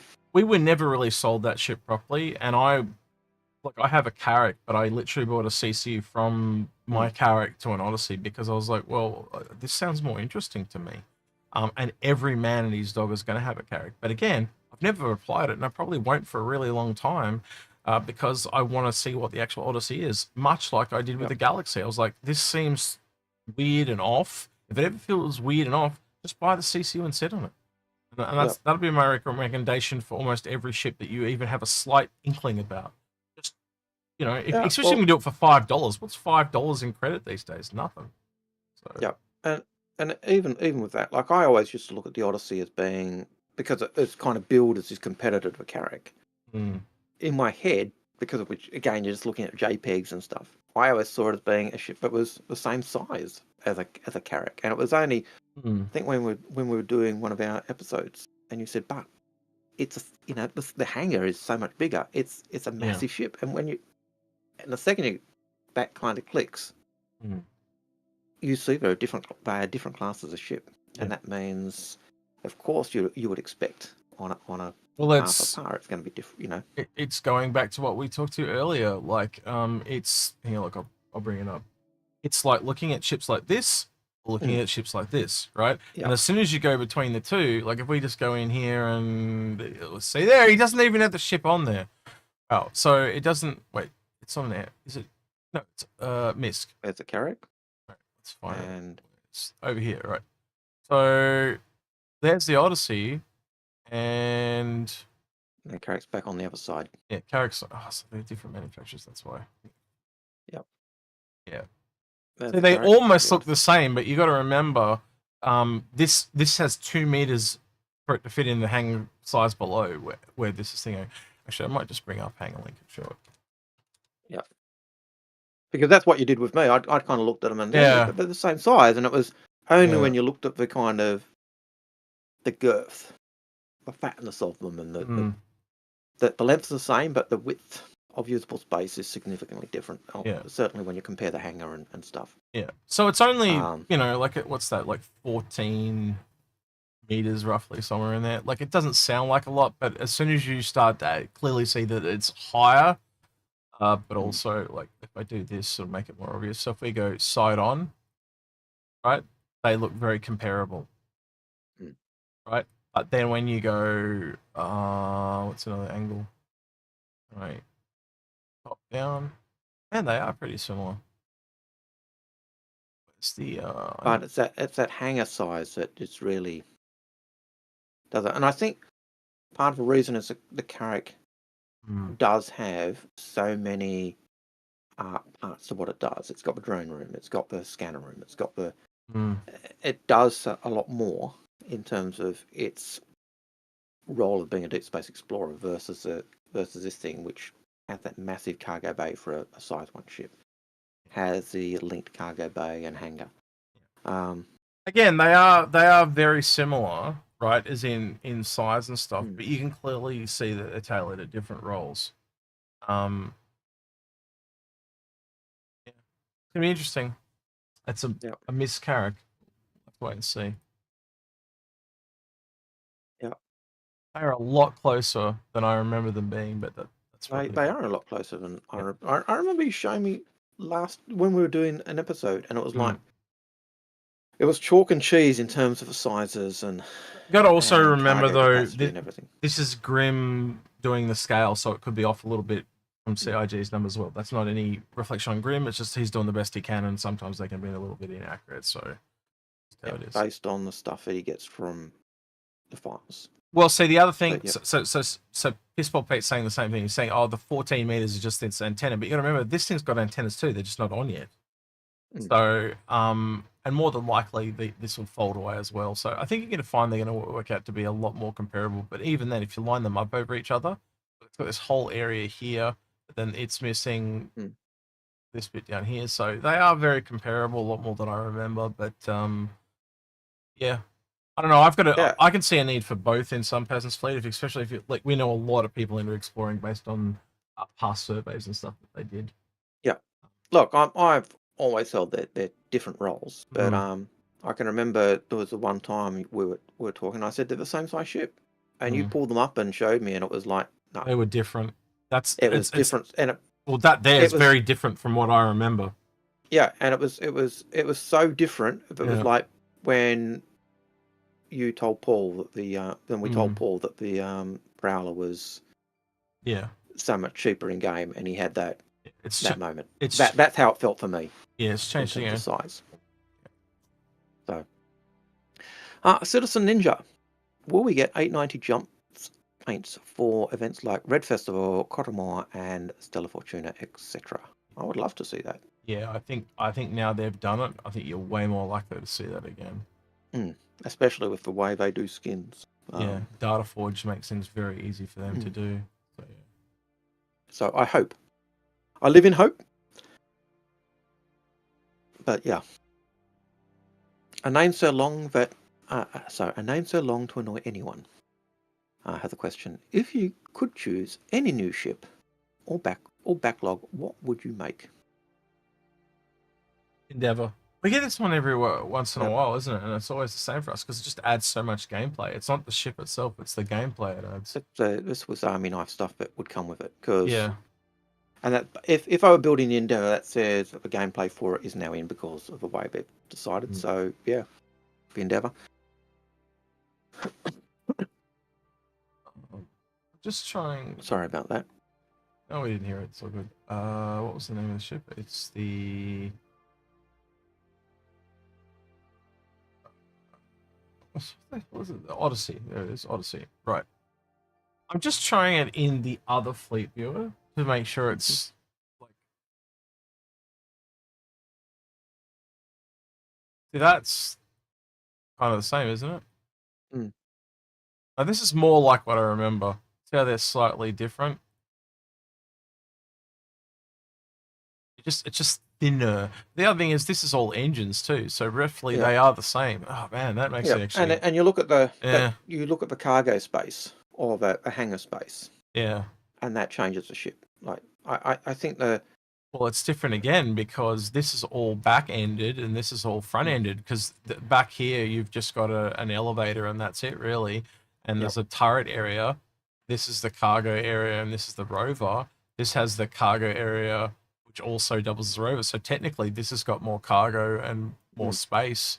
But we also know that we've got a bigger, you get a full-size hangar in this thing. So you're essentially giving up cargo and rover capabilities for a bigger hangar that does multiple things. So it's versatility versus niche, essentially. The other thing you see on that version of the Carrick is you actually see the antenna, the spiky spines. Up the top. But there is one on the front, though, here that comes out and deploys. So, but those top spines are its jump point navigation tools.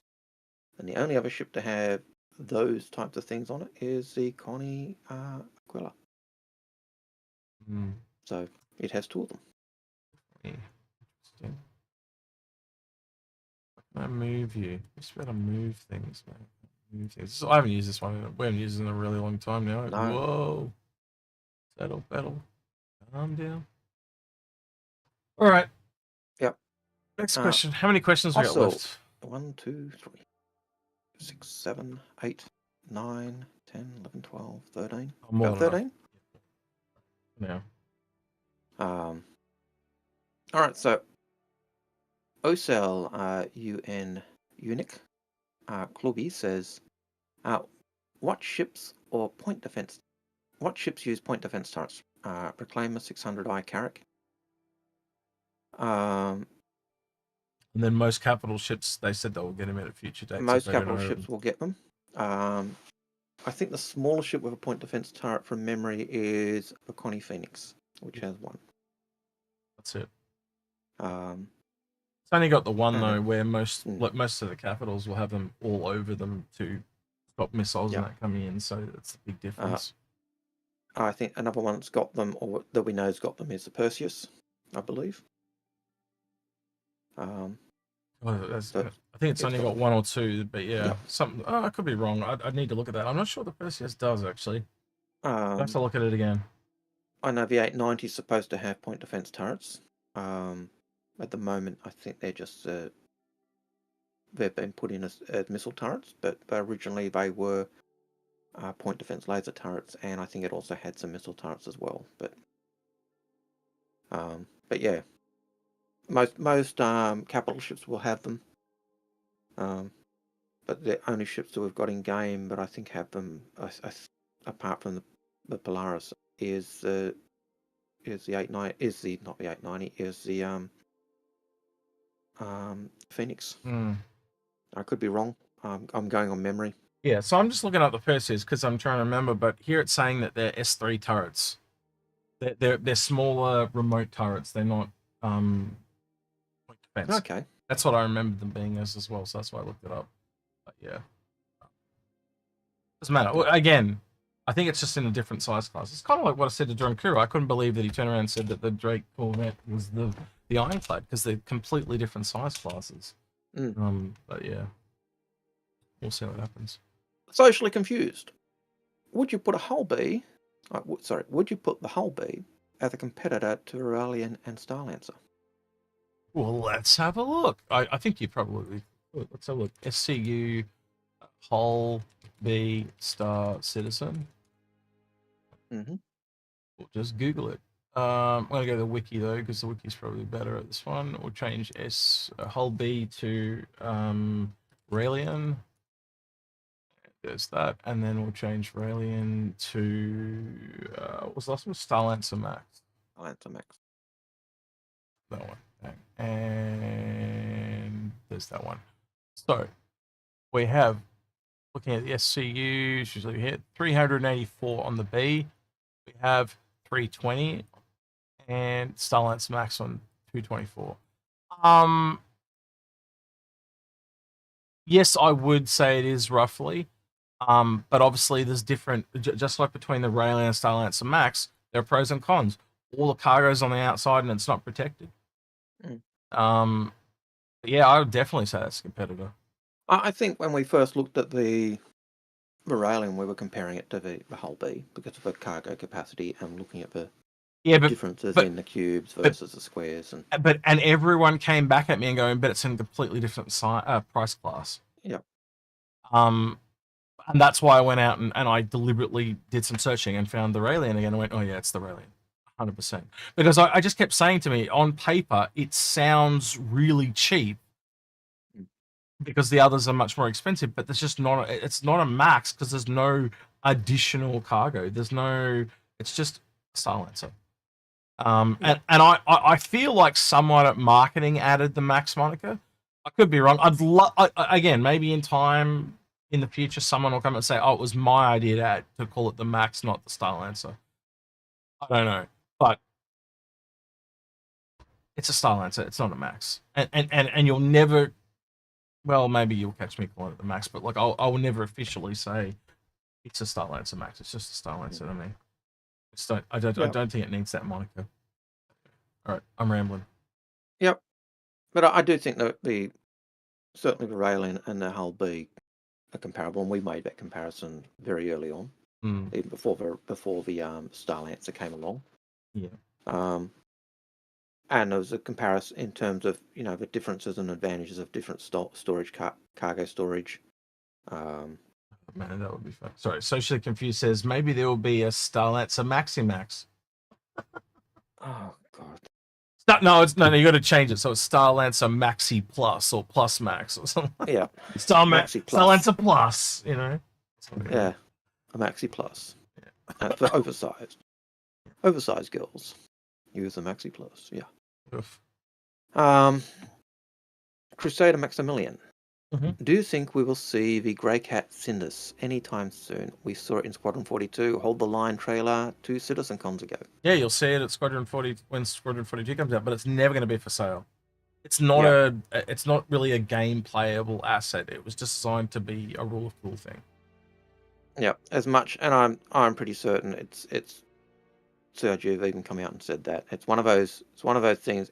Every player who's ever seen it has wanted it. I can remember seeing grey box images of it, and everyone saying, "Yeah, we want it." Few replies there on Twitch about the Starlancer Max variant names: Maxi Bond, Starlancer Heavy Flow. Oh, we're walking a fine line here today. Yeah, right. And Sparkplug says whoever named it the Max, yeah, they're wrong. And yeah. I don't know. I wouldn't have any trouble with them coming out and renaming that thing. And again, like I've said, like I think there's going to be a law reckoning where they rechange a whole bunch of stuff before release. Yeah, look, I think whoever named it was trying to pick up the freelancer name. Oh, trying to make it sound better than it actually was. Yep. That's exactly what they were doing. Yeah. Yep. Yeah. But yeah. Maximum waste of time is what it should be. Anyway. Maybe that's why it is the Max. Yeah. Father and Son Gaming. Last year, the CitizenCon date was announced in February. Do you think they will do it again early, or what place do you guess? So the rumors we've been hearing, and we've been hearing them from pretty credible sources, that there will be no CitizenCon this year. If you go back to when me and Algared were saying that the game was meant to come out last year, about 2 weeks before we booked our tickets, we still thought that was the case, and then they cancelled the gala, and that told us almost straight away that the game wasn't coming, and we knew something had fundamentally changed. But the other thing you'll know is if you went on to Spectrum, they talked about a world tour already. Yeah, if you've booked and paid for or set up a world tour in advance, because think how long it'll take that to organize that, right? That's like lots of mini bar citizens, or somewhere between a CitizenCon and a bar citizen to organize. It's a lot of time and money to invest. That's what'll happen this year, but it was meant to be for the release of Squadron 42, but it didn't happen. And so therefore, that's almost.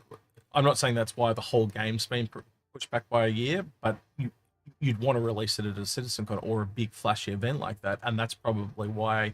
The other advantage too is then it comes back to Manchester. I think a lot of the CitizenCons going forward are actually going to be in Manchester. I think it'll essentially be going, maybe Frankfurt as well, but like that now that they've majoritively moved to Manchester, I think you'll see more of them there than anywhere else. I don't know if you think the same, Algared. It could go both ways. You tell me. Oh, 100%. Like if you look at the staff, how many staff are at Austin? Yeah. Compared to Manchester or Germany. Yeah. It's a minuscule amount. The lion's share is there in Manchester.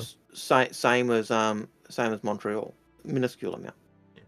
And so while it would be nice, and they could do it because they've still got some of the support, they don't have as much support as they do at Manchester or Germany. And it's a lot more expensive to send the bulk of people from Manchester to America or Montreal. Like again, that's it. Like they don't send them; they just send the leads, the John Crews and the Elliots and stuff like that. The people that are the head of these teams get to go. Yep. Where when they do it in Manchester, all the normal devs can turn up, right? So and it's not like one of the things we've said for a long time, and I know other content creators will back us on this, is that it's not for us. It was always for morale of the devs. It allows them to show off their stuff, show what they've been talking about, and they essentially get feedback on things that work and things that don't, and it gives the whole company a morale boost. Now, if most of the company is at Manchester, it stands to reason. Saying. Right. Yeah, as Monk B and YouTube says, yeah, I want to buy Australian Melbourne Con. Yeah, I'd love it to be an Australian Melbourne Con, but it's never going to happen. It's too expensive, and plus nobody works here, so they're going to bring everyone here. And as much as it be, I'd love to see a CIG company in office in Australia. Again, the tyranny of distance will kill it. I think that's actually more likely than getting a CitizenCon here. Believe it or not, it would take a studio down here for them to ever even think of doing one down here. Yep. But with the tax breaks and that we get, especially the way Victoria's going, it'll probably end up being in Victoria, not Brisbane, like it's been in previous years. And both of them have pushed for that. But just going on the discussion with Sandy in terms of the problem with the time difference. Yeah, that's true. That's true. Yeah. And the fact that you would have a problem, you'd do the YouTube chat, and yeah, it's great. But if you had a YouTube chat, you have a problem at 9 o'clock. By the time you get it responded, it's either so long has passed that you've solved it, or you've had to move on to other stuff, and that would be the problem for an Australian studio. So I'd love to see it. Yeah, I don't see it because of that. It's unlikely at this stage, but yeah, by the same token, all the tax breaks would have been a benefit. But yeah, I get your point. Point is noted. But yeah, I'd love to see it. Don't get me wrong, I'd love to see it. Yeah, and I'd love to see a sitcon in Australia or a con in Australia, but without an office, it can't happen. It's just too expensive. Yeah. So Damon says, or Damon1331 says, has there been any updates about Maelstrom? It seems fairly oddly missing from CitizenCon. I don't think they really went into much more detail. I think they've, again, like a lot of things have been planned and they show things working, but they've got to, it's all server meshing, mate. It's that, the breaking the dam, the silver bullet, as a few devs put it. We really just need to get that thing done, and then a lot of other pieces will come quickly after it. We've been saying it since server meshing started kicking off development. We just, honestly, I didn't think it was going to take this long, but it is the thing that makes Star Citizen what it is. I don't think CIG expected it to take this long. No, true. You know, but that's the nature of development, isn't it? You make your plan, and then you start working, and sometimes you come across a roadblock that really holds you up, and you've either got to blast through that roadblock and fix it, or find a workaround, and that takes time. And but yeah, it's nice to see the progress they're making, and all good things. All right, Paul Pete says, knowing what we know about stretch goals, how many of the remaining goals are, in your opinion, still on the table? I know pets are still on the table, but that's going to be so far down the road. Like, there's... Yeah. There was meant to be a battle cruiser. This is ones I'm just remembering off the top of my head, but you don't have a battle cruiser. Yeah, I'll just get to them when they get to them. I don't know. Yep. We can open it up and go through them all if you really want, but there's like 60 plus of them. And sorry, go on. So I'm done. Look, I think every one of the stretch goals is still on the table, and they've either been advanced and developed, or they're still as they were. That would be my take. So I could see the battle cruiser having become the retribution as something that we could at one time find, capture, and fly. Well, the Pegasus would be more likely. Or the Pegasus, or you know. So I think that doesn't say the battle cruiser will be a ship we can buy. It just says it's a flyable ship. If memory serves me correctly, long time since I've actually looked at the stretch goals. I'm trying. Here we go. Got them. Here we are. So yes, this is PS4 Pete's fault if you don't want us to do this. He said we have to, or he's gonna shoot the dog. Right. That's right. Feature additional flyable Anvil Gladiator. Well, that's done. Regular community updates. Well, I think we're doing that. System will feature an additional flyable ship, the Starfarer. Well, that's kind of done. Cockpit decorations, turning. Yeah, well, that's coming. System will feature an additional flyable ship, the Retaliator. Increased community updates. Well, that's been done. Say, Squadron 42 will feature 35 missions. Well, that's a lie. Well, not really. It's 26, but there's now 3 episodes, so I think we can conclude even though that's at least doubled. So, Odom system, the Tile system, the Kellogg system, the Cross system, the Orion system, Ella system, Art system, the Tally system, the Cedian system, and the Chronos system. Well, yeah, some of the... So basically all... This is interesting because it can kind of tell you ones that they have to do based on... But I think they'll end up doing all of what they plan on the star map, don't you? Yeah, Yeah, go ahead. No, I was just going to say, yeah, they'll do everything on the star map. They just won't do them all at the same time. We found when they can launch the game, Algared. You need 60 systems, and then at $4.5 million, you can launch the game. Yeah, the game will launch with 60 systems. There you go. I think they've talked about it, like it's changed. I think I got no problem with them launching with 5 and going back and doing like another and you've also 95. got to remember, Do you have any problem with them going back and doing 95 extra additional systems? No. Well, you also consider that this was at a time when a planet would have only had one landing zone. That's or true. One point of interest. I did mention that, didn't they? Scopes changed. They did. Yeah. So has the scope changed? The scope's changed. Has the intention to add those planets changed? No. So they're still on the roadmap. They're still there. It's just kick the can down the road because the text got bigger. So, and that's what I mean. Like nothing on the roadmap. None of those stretch goals are, I don't think, eradicated. They've been either developed, expanded, or they're still there. Yeah, expanded or they're still there. Professional motion capture for Squadron 42. Well, we actually saw their motion studio when we went to the tour, didn't we? Yep. And Andy Serkis said to Chris, "Why, Chris? Yeah, because they made it really tall. It's literally like 2.5 stories tall, so they could like have people drop in off the roof and shit like that. So yeah.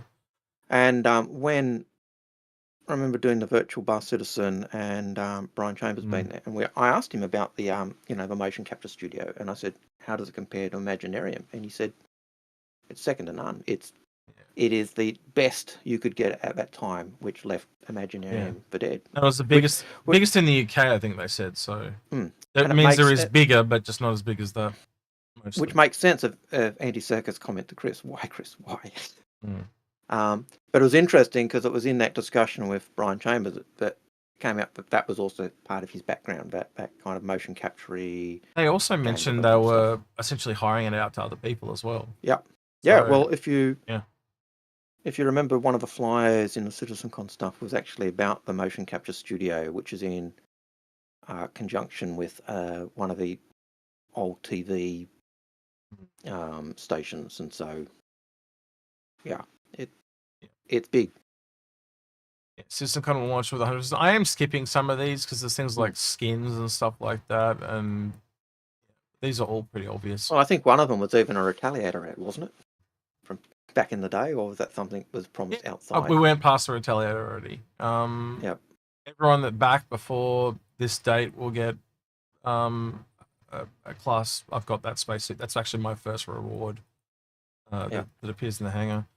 Cloud Imperium Games will build their own mocap. Well, we got that. Move Wingman out of the basement. Move CIG Austin to a larger facility. Well, they actually did do that. Done that. Building a professional sound studio. We'll move Starset sound production from home. Well, they've done that as well. They actually did show us the sound studios. They had a lot of sound studios. I was really kind of surprised how many there were. But at least 12, Agger, would you say? Yeah. That was when we were going through with Lando, and he showed the doors. They brought the doors over from that's right, the Winslow. I think he said it was Winslow. Yeah, because they were the different color doors, weren't they? Yeah.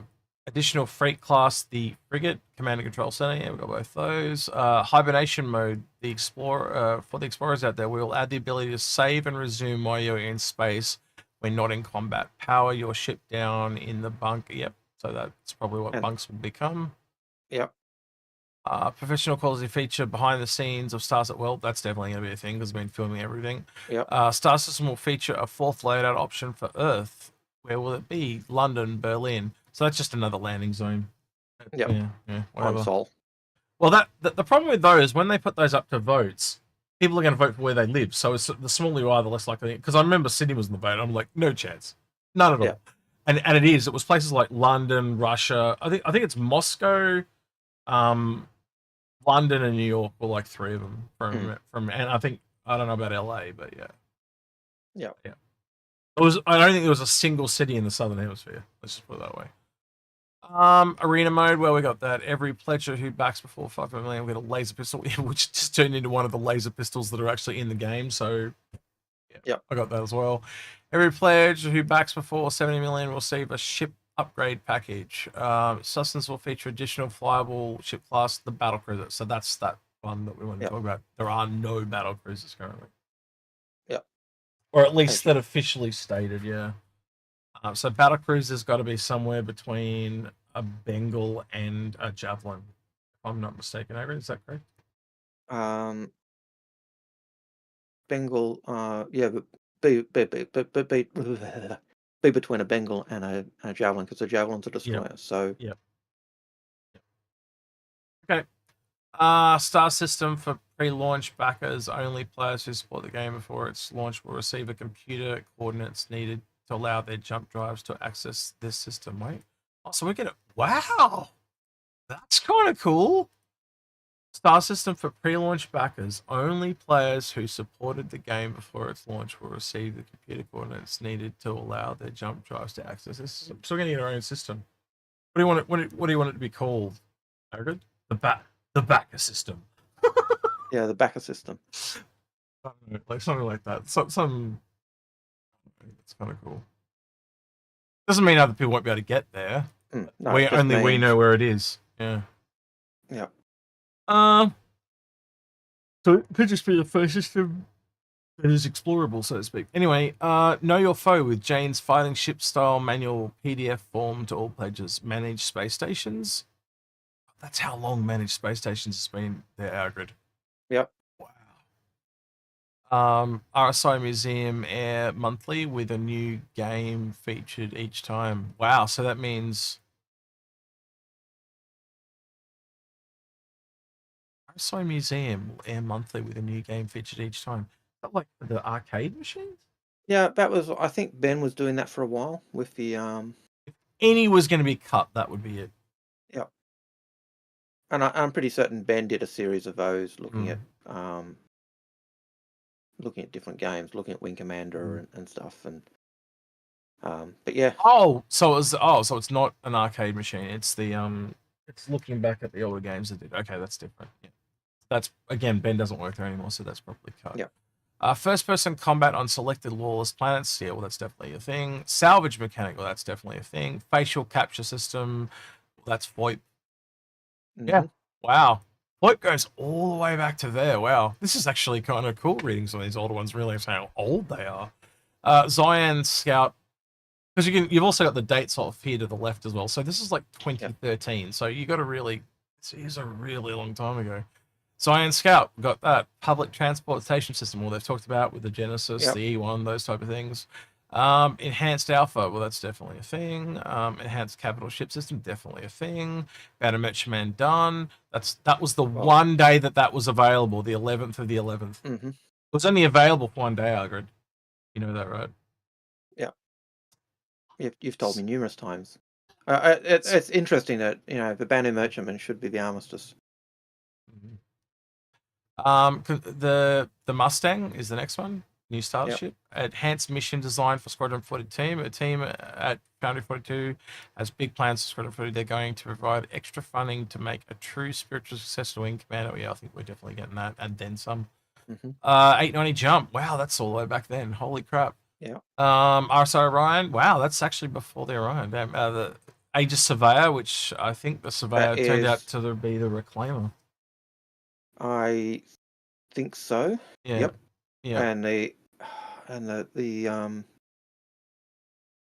Bulldog, not the Bulldog. The Bulldog was another one, and I can't remember what the Crucible was. Carrick, Hull C. This is discrete in brackets. I don't know what that means, but yeah. That was the one used as basically a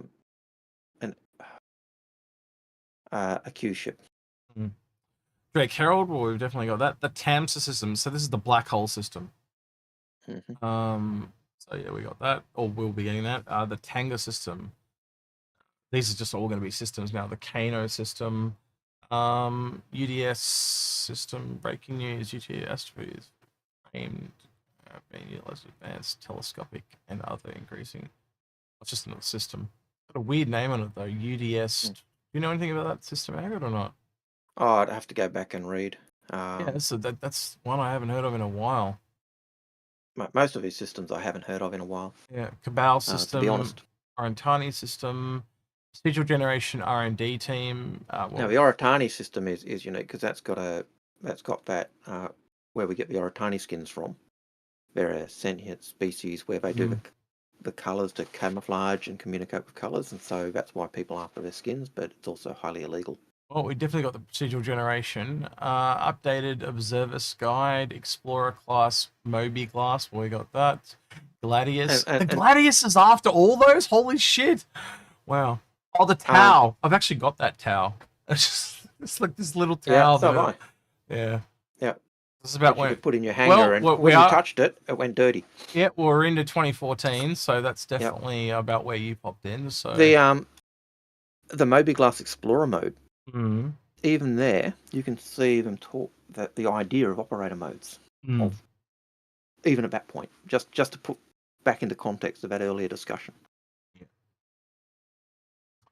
Right, so some Omni-Roll combat armor, stellar cartography, walk around amongst the distant horizons, and start some dedicated map room, which we've got. Hadrian artifact. We actually have the Hadrian artifact. Yep. That appeared in the at CitizenCon that they did at the outpost. Mm-hmm.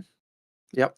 And I think the ship, the map room was originally supposed to be one for hangars, so from memory, but yes, there's a dedicated map room featuring 3D holographic representation known as the Universal Map Room. Will be within the basic guides to the United Earth. Yeah. I do. But it's a customizable room that you can add to your hangar, essentially. Yeah. Updated scanning software. Well, I think that's just updated scanning in general. Engine tuning kit. We have this, but I don't think it's ever really been talked about what it does. It's probably just a standard thing that you can get in game now that you use to tune engines, but we don't have to pay for it. We just get one. Yeah. Back in the day, there was the table. The repair table or whatever it was. Yep. Tuning stuff. Yep. That's probably similar to what it could be. Retaliator commercial. Well, we got that. Zion space plants. Alien languages. Well, we definitely got that whole $1 million just for languages. Yep. And we got the Zion space plant too. That's the Emperor Bloom, I believe. Web-based known universal map. This is really where it started to take off, because the stretch goals go a bit lower, but then they cut them off a little bit further down here because they just realized they were making shit tons of money at this point. It was just rolling in like crazy. They couldn't keep up with them. Yeah. Here's one that's interesting. Wait, hang on. I don't want to miss any. Web-based known universe map. Well, that's we'll be getting that eventually. The BB map. Yeah, the BB-12, a brand new man maneuvering unit from Azure Sky Aero.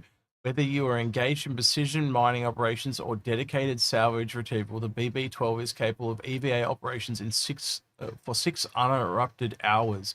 This new model features 24 precision nozzle thrusters and 2 redesigned heavy-duty tanks of gaseous nitrous propellant, capable of being hot stopper while on the drift or refueled back on your ship. With the BB-12, Azure Sky has again once commented on space. Interesting. So it's essentially Model. What? I could see that as being the Retaliator craft. You know, the old. You mean Reclaimer, but I get you mean. Yeah. No, Reclaimer. I just see it as another EVA suit, like it's described. Yep. But where my brain was actually going at the time was like the parachutes and stuff. But it's not. It says EVA. So they did talk about special EVA. So maybe it's a mid-ground, like you put it on like a backpack, but it's faster than the suit. Because you know the EVA right now is fairly slow. So that's essentially it's just a way for you to maneuver in space. But it's also like you know those things you see in Moonraker? Yeah, like a jetpack, but for space. Yeah, where they have the joysticks and stuff. What's the movie? Red Planet. I think it's the one I'm talking about. Where they go to Mars and they have these kit things that they can EVA thrust through. But it also was for specialized equipment like scanning and salvage and stuff. I think was in the description there as well. So does not mention salvage. It just says mining or dedicated salvage retrieval. Oh, okay, maybe it does. Okay, maybe yeah. Or dedicated salvage. Yeah. You're right. Maybe that was what it'll become. But I think that's a precursor to the Atlas. The Atlas is kind of similar to that type of stuff. It's just a loading system. I could see, but this is more advanced. It's the EVA. Does Azure Sky's Aero become Argo? Maybe. Maybe not. No, I think Argo were always there, but yeah, it'll be interesting to. Can we force another manufacturer out of them? That's the way I see. There's more manufacturers than Yeah. you can poke a stick at already. Funny how that's been the one we've talked about the most. But anyway, Independent Arbiters Guild. Have you been wronged by your superiors? Yeah, so this is where they started bringing in laws and stuff. More detailed AI activities. Yeah, they brought in the AI system. Ballistic Gatlings got those. J-Span Cryostar awarded winning design. J-Spans have produced one of the most advanced cooling systems yet. I think this is just a cooler, and you do actually have that component in your hangar already. Endeavor, well, we're definitely getting that eventually. 10,000 UEC. So you get 10,000 UEC for just being there. Yep, that got added. Crucible, Vanguard, Prowler. Oh, the Prowler's back here? Wow. Really? Wow. Okay. Yep. Genesis. Wow. The Prowler's before. Wow. Okay. Reliant. Pets. So this is one of the ones I was talking about. So we have a repair bots, we have fish, but we haven't implemented traditional pet system in Star Citizen. At 64 million, the changes from Jones's the cat, to Aliens, into Battlestar Galactica, Daggett pets have been placed on board starships, and we want to give you that option in Star Citizen. Expect additional. I think they're just an extension of the wildlife system, or whatever you want to call it, flora and fauna. Well, we already know that AI have Copians as pets and guard dogs, so that's moving in that direction anyway, isn't it? Yeah. And they do actually mention Paddington here, which was their dog at the time, and their dog did end up eventually passing on. That's how long this has been going for. Paddington helped us get to 4 million back in the initial campaign, and sadly passed away recently. So there you go. So he passed away over a decade ago. Anyway, enhanced ship modularity, the very final kind of stretch goal, and actually this is the stretch goal that they do mention the Redeemer in, and stuff like that. So that's how we know that. Like and that was all before 100 million. Yep, and that's where they stopped. Yep.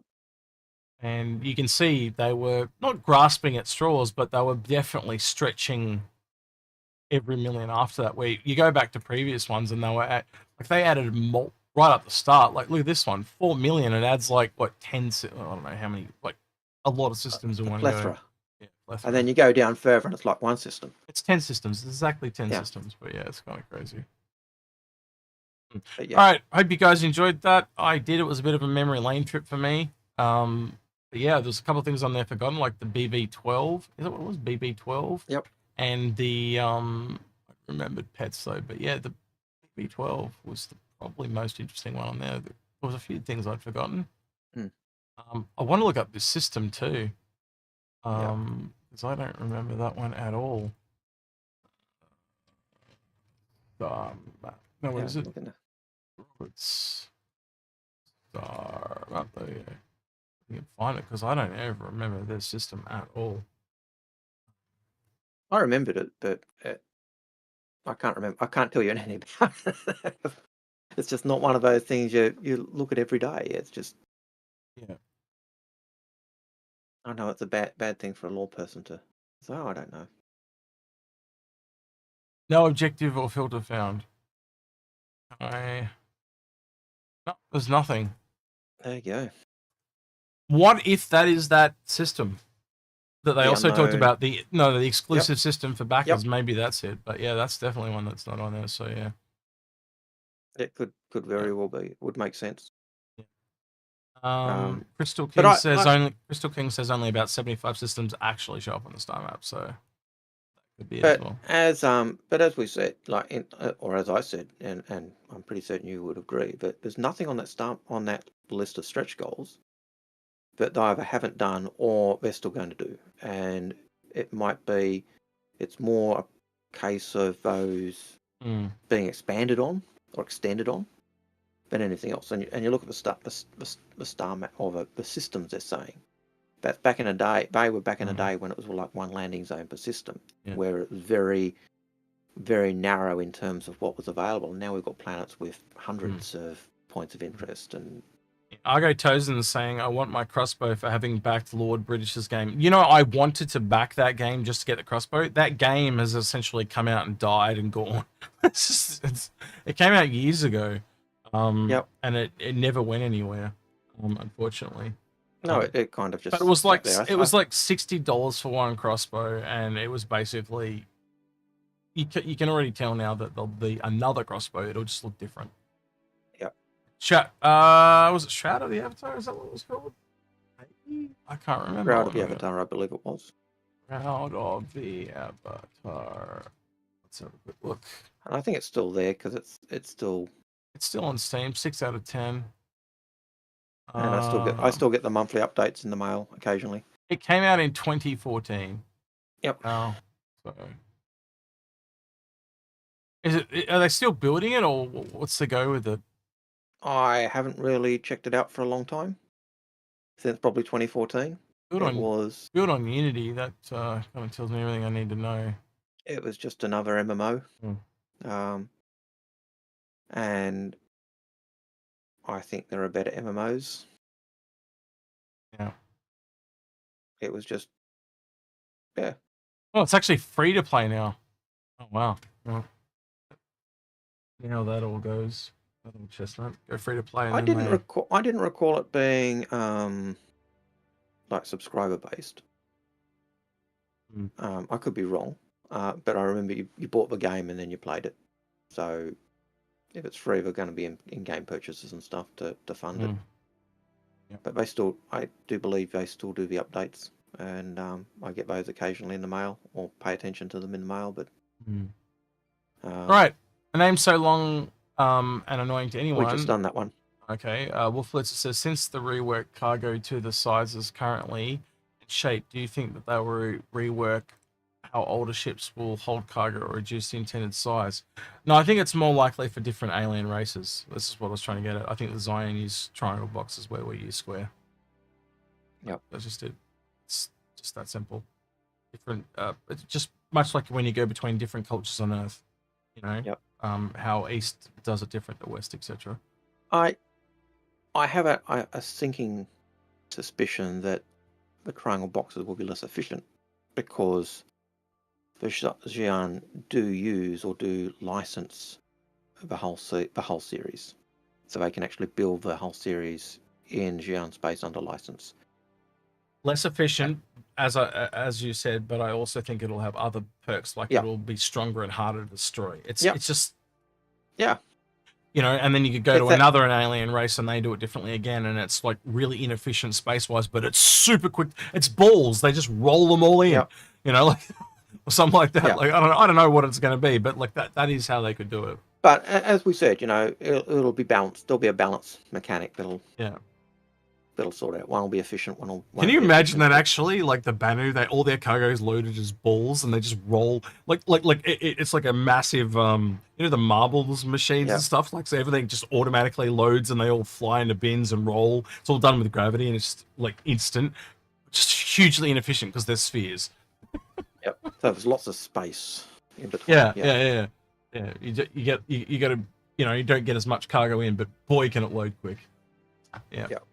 All right, Manny says, with the Perseus coming soon, what do you feel will happen with large weapons? For example, the Ares also has size 7 guns, and the Iron has been redone 6 times already. I don't think it's been redone. You're just talking about moving. It's been rebalanced. Yeah, rebalanced. You're literally talking about changing text. That's not redoing. What do you feel will happen with large weapons? Well, the only thing I can confirm is that they're adding different ammo types. Yep. And the Perseus has the advantage of being able to load different ammo types. So. And you can't customize the Ares or the Ion because they're bespoke and fixed to the ship. So I don't kind of get what you mean. Like, what do you feel will happen? The Perseus will come in. They'll add different ammo types. Fun will be had by all. That's what I think will happen. Algared, what do you think will happen when the Perseus comes in? Big ships will be fighting each other. Yeah. I don't know. That's a really weird question. Head to head. That's a really... Like, the other question is, will the Perseus guns be bespoke? People are going to die. I'll bet money on it. Ships are going to blow up. There's going to be a lot of salvage. Yeah, when a ship blows up, people die in game. There'll be a lot of salvage. That's what I think is going to happen. And medical and repair. Yeah. The prisoner. Pissball Paint. Good question. Terrible question because Algared reads everything. Yep. Socially confused. In today's sneak peek, it seems like Salvage ejected will move between the grids automatically or remain between. Wait, it's a sneak peek. Right. For some reason, I always get these emails later than everyone else. It's like they go, "Oh, you're in Australia. You suck. You just get them later." We're on the arse end of the world, so we get them. It feels like we get them later. But I would love the ejected salvage to go straight to the combat grid rather than just sit there and have to be moved. It would make a quality of life for the Vulture because it would automatically get pushed to the cargo grid rather than having to get out and move it. Never gonna happen. You know it, and I know it. Yeah, but it'd be nice. It'd be a nice quality of life. Yeah, nice if we were all millionaires and could go wherever we want. Yeah, so it's just a sneak peek that Pete sent. It's just that. Yeah. All right. And we do know it had an external cargo grid, so essentially you're losing the sail bags and then getting the what's that? Yep. Both sides, so what, 12 SCU? Oh, ironically, that's exactly what the Vulture and Vulcan has. Amazing. So essentially, it is a direct competitor to the Vulture. Then it's just again, I think it's designed for down on planets and 2 people. Yep. All those diddling noises was my email, by the way. So I had to open that to get. Right. Caveman crafting. I guess the question would be how much more usable space is in the Odyssey versus a Carrick? So going back to the Carrick Odyssey discussion, his question is how much more usable space is there in each ship? So which one utilizes the space in the ship more? I think the Carrick's probably got more space, but it's not as versatile. They are fixed, so you've got the rover area, you've got the separate cargo modules that'll have to be swapped over for other stuff, right? But then when you look at the Odyssey, you've got this massive, huge hangar that is also combined a little bit with the rover area. So it's like you take the Pisces and the rover area on the thing and mash them together and allow it to do more.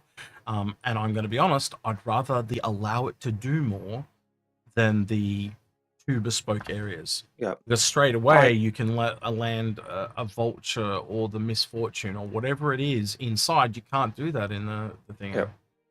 I agree. I think the versatility of that of the Odyssey's cargo bay / ability to drive a vehicle from the landing bay into the cargo bay vehicle area, move the cargo directly between the both as well, is a huge advantage on that ship.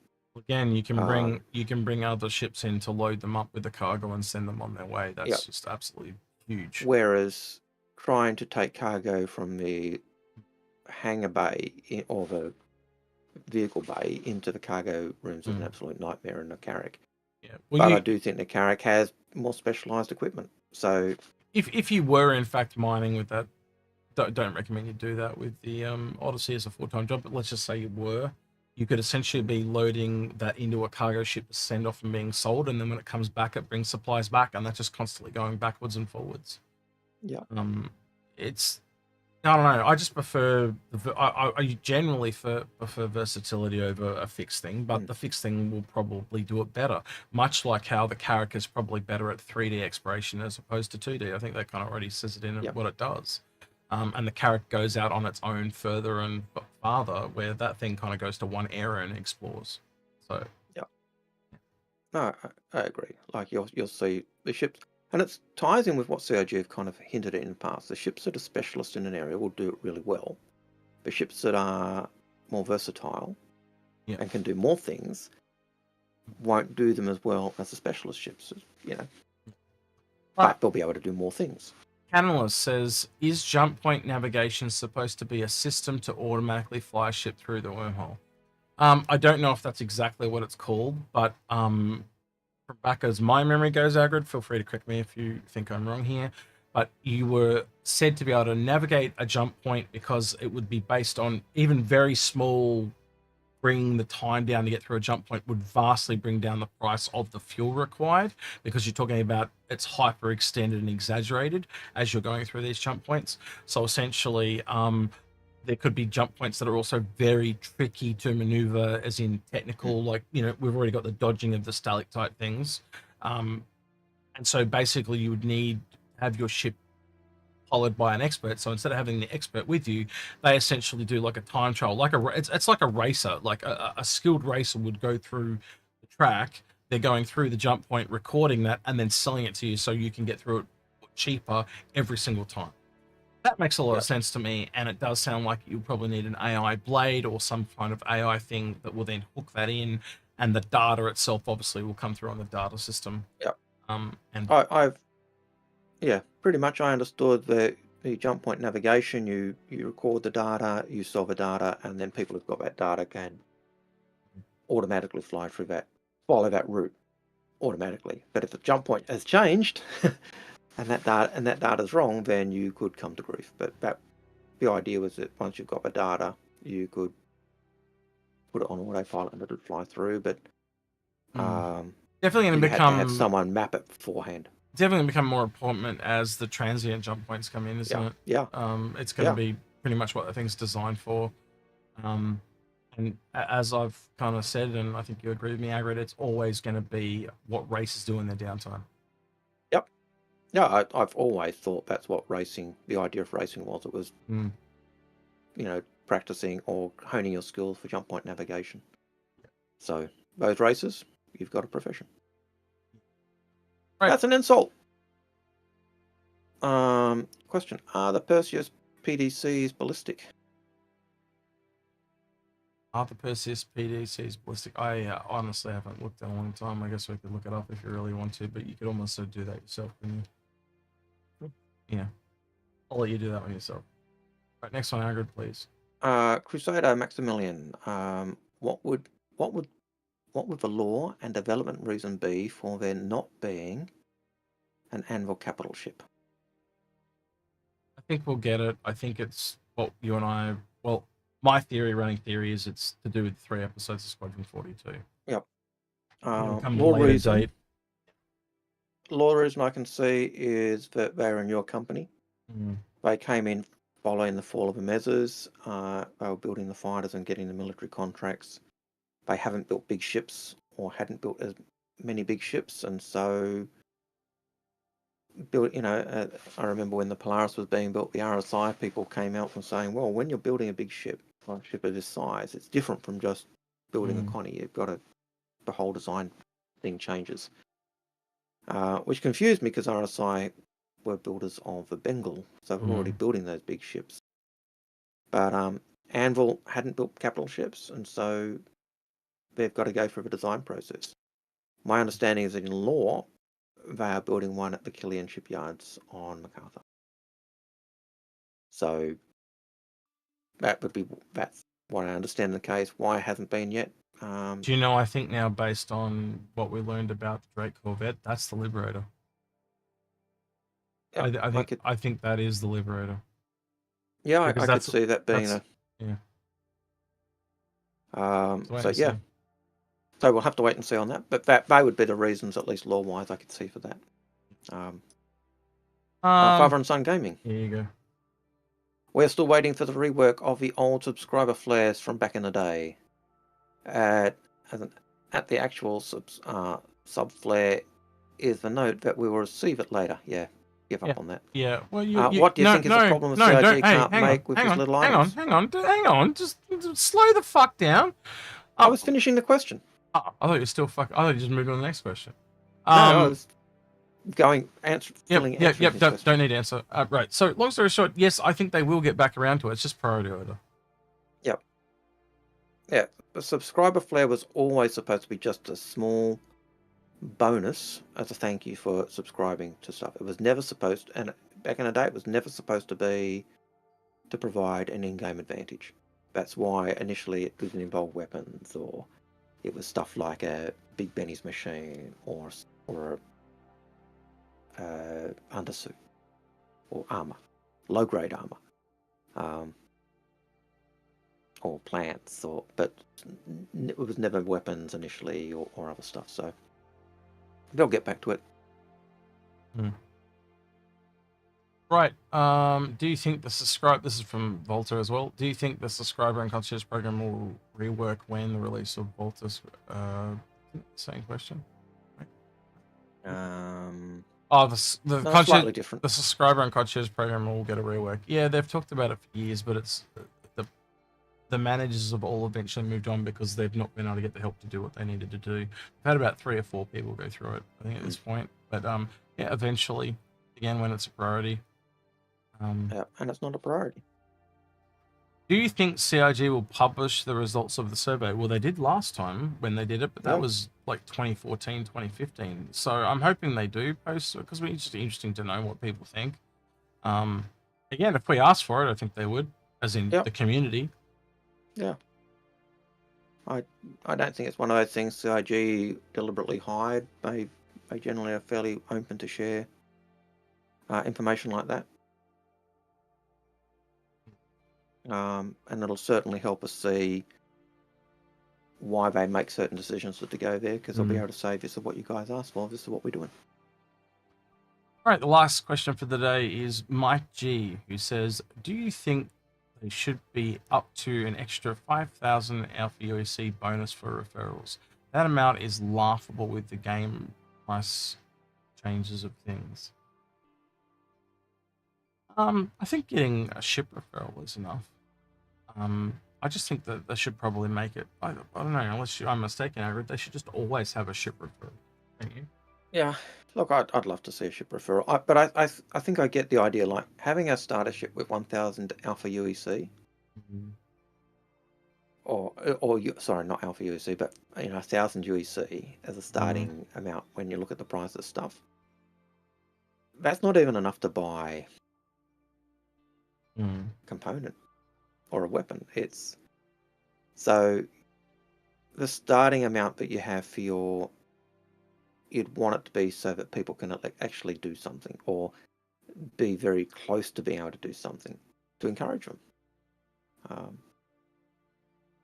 But that would be my view. Yeah. And Wolf Blitzer snuck in a question. I'll read it real quick while I'm looking at some of the raid.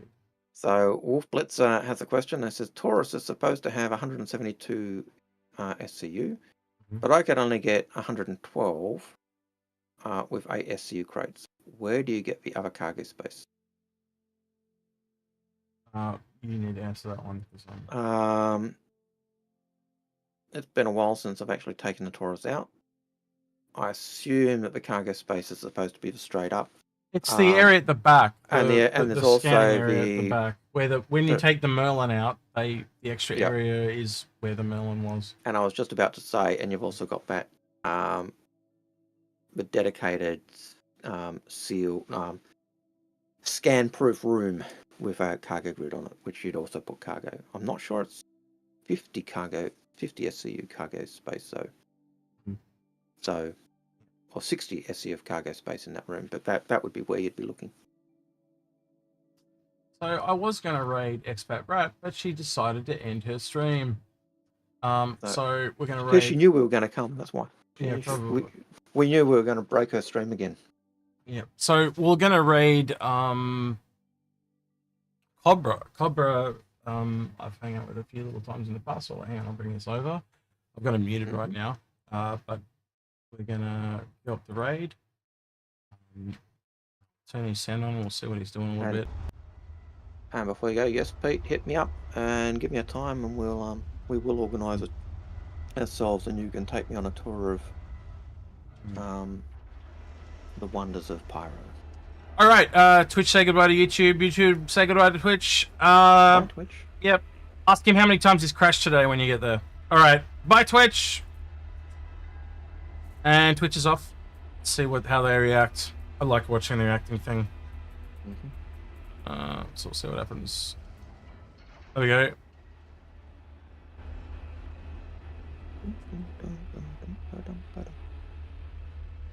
Oh, he's too busy looking at his inventory. Oh no, there we go.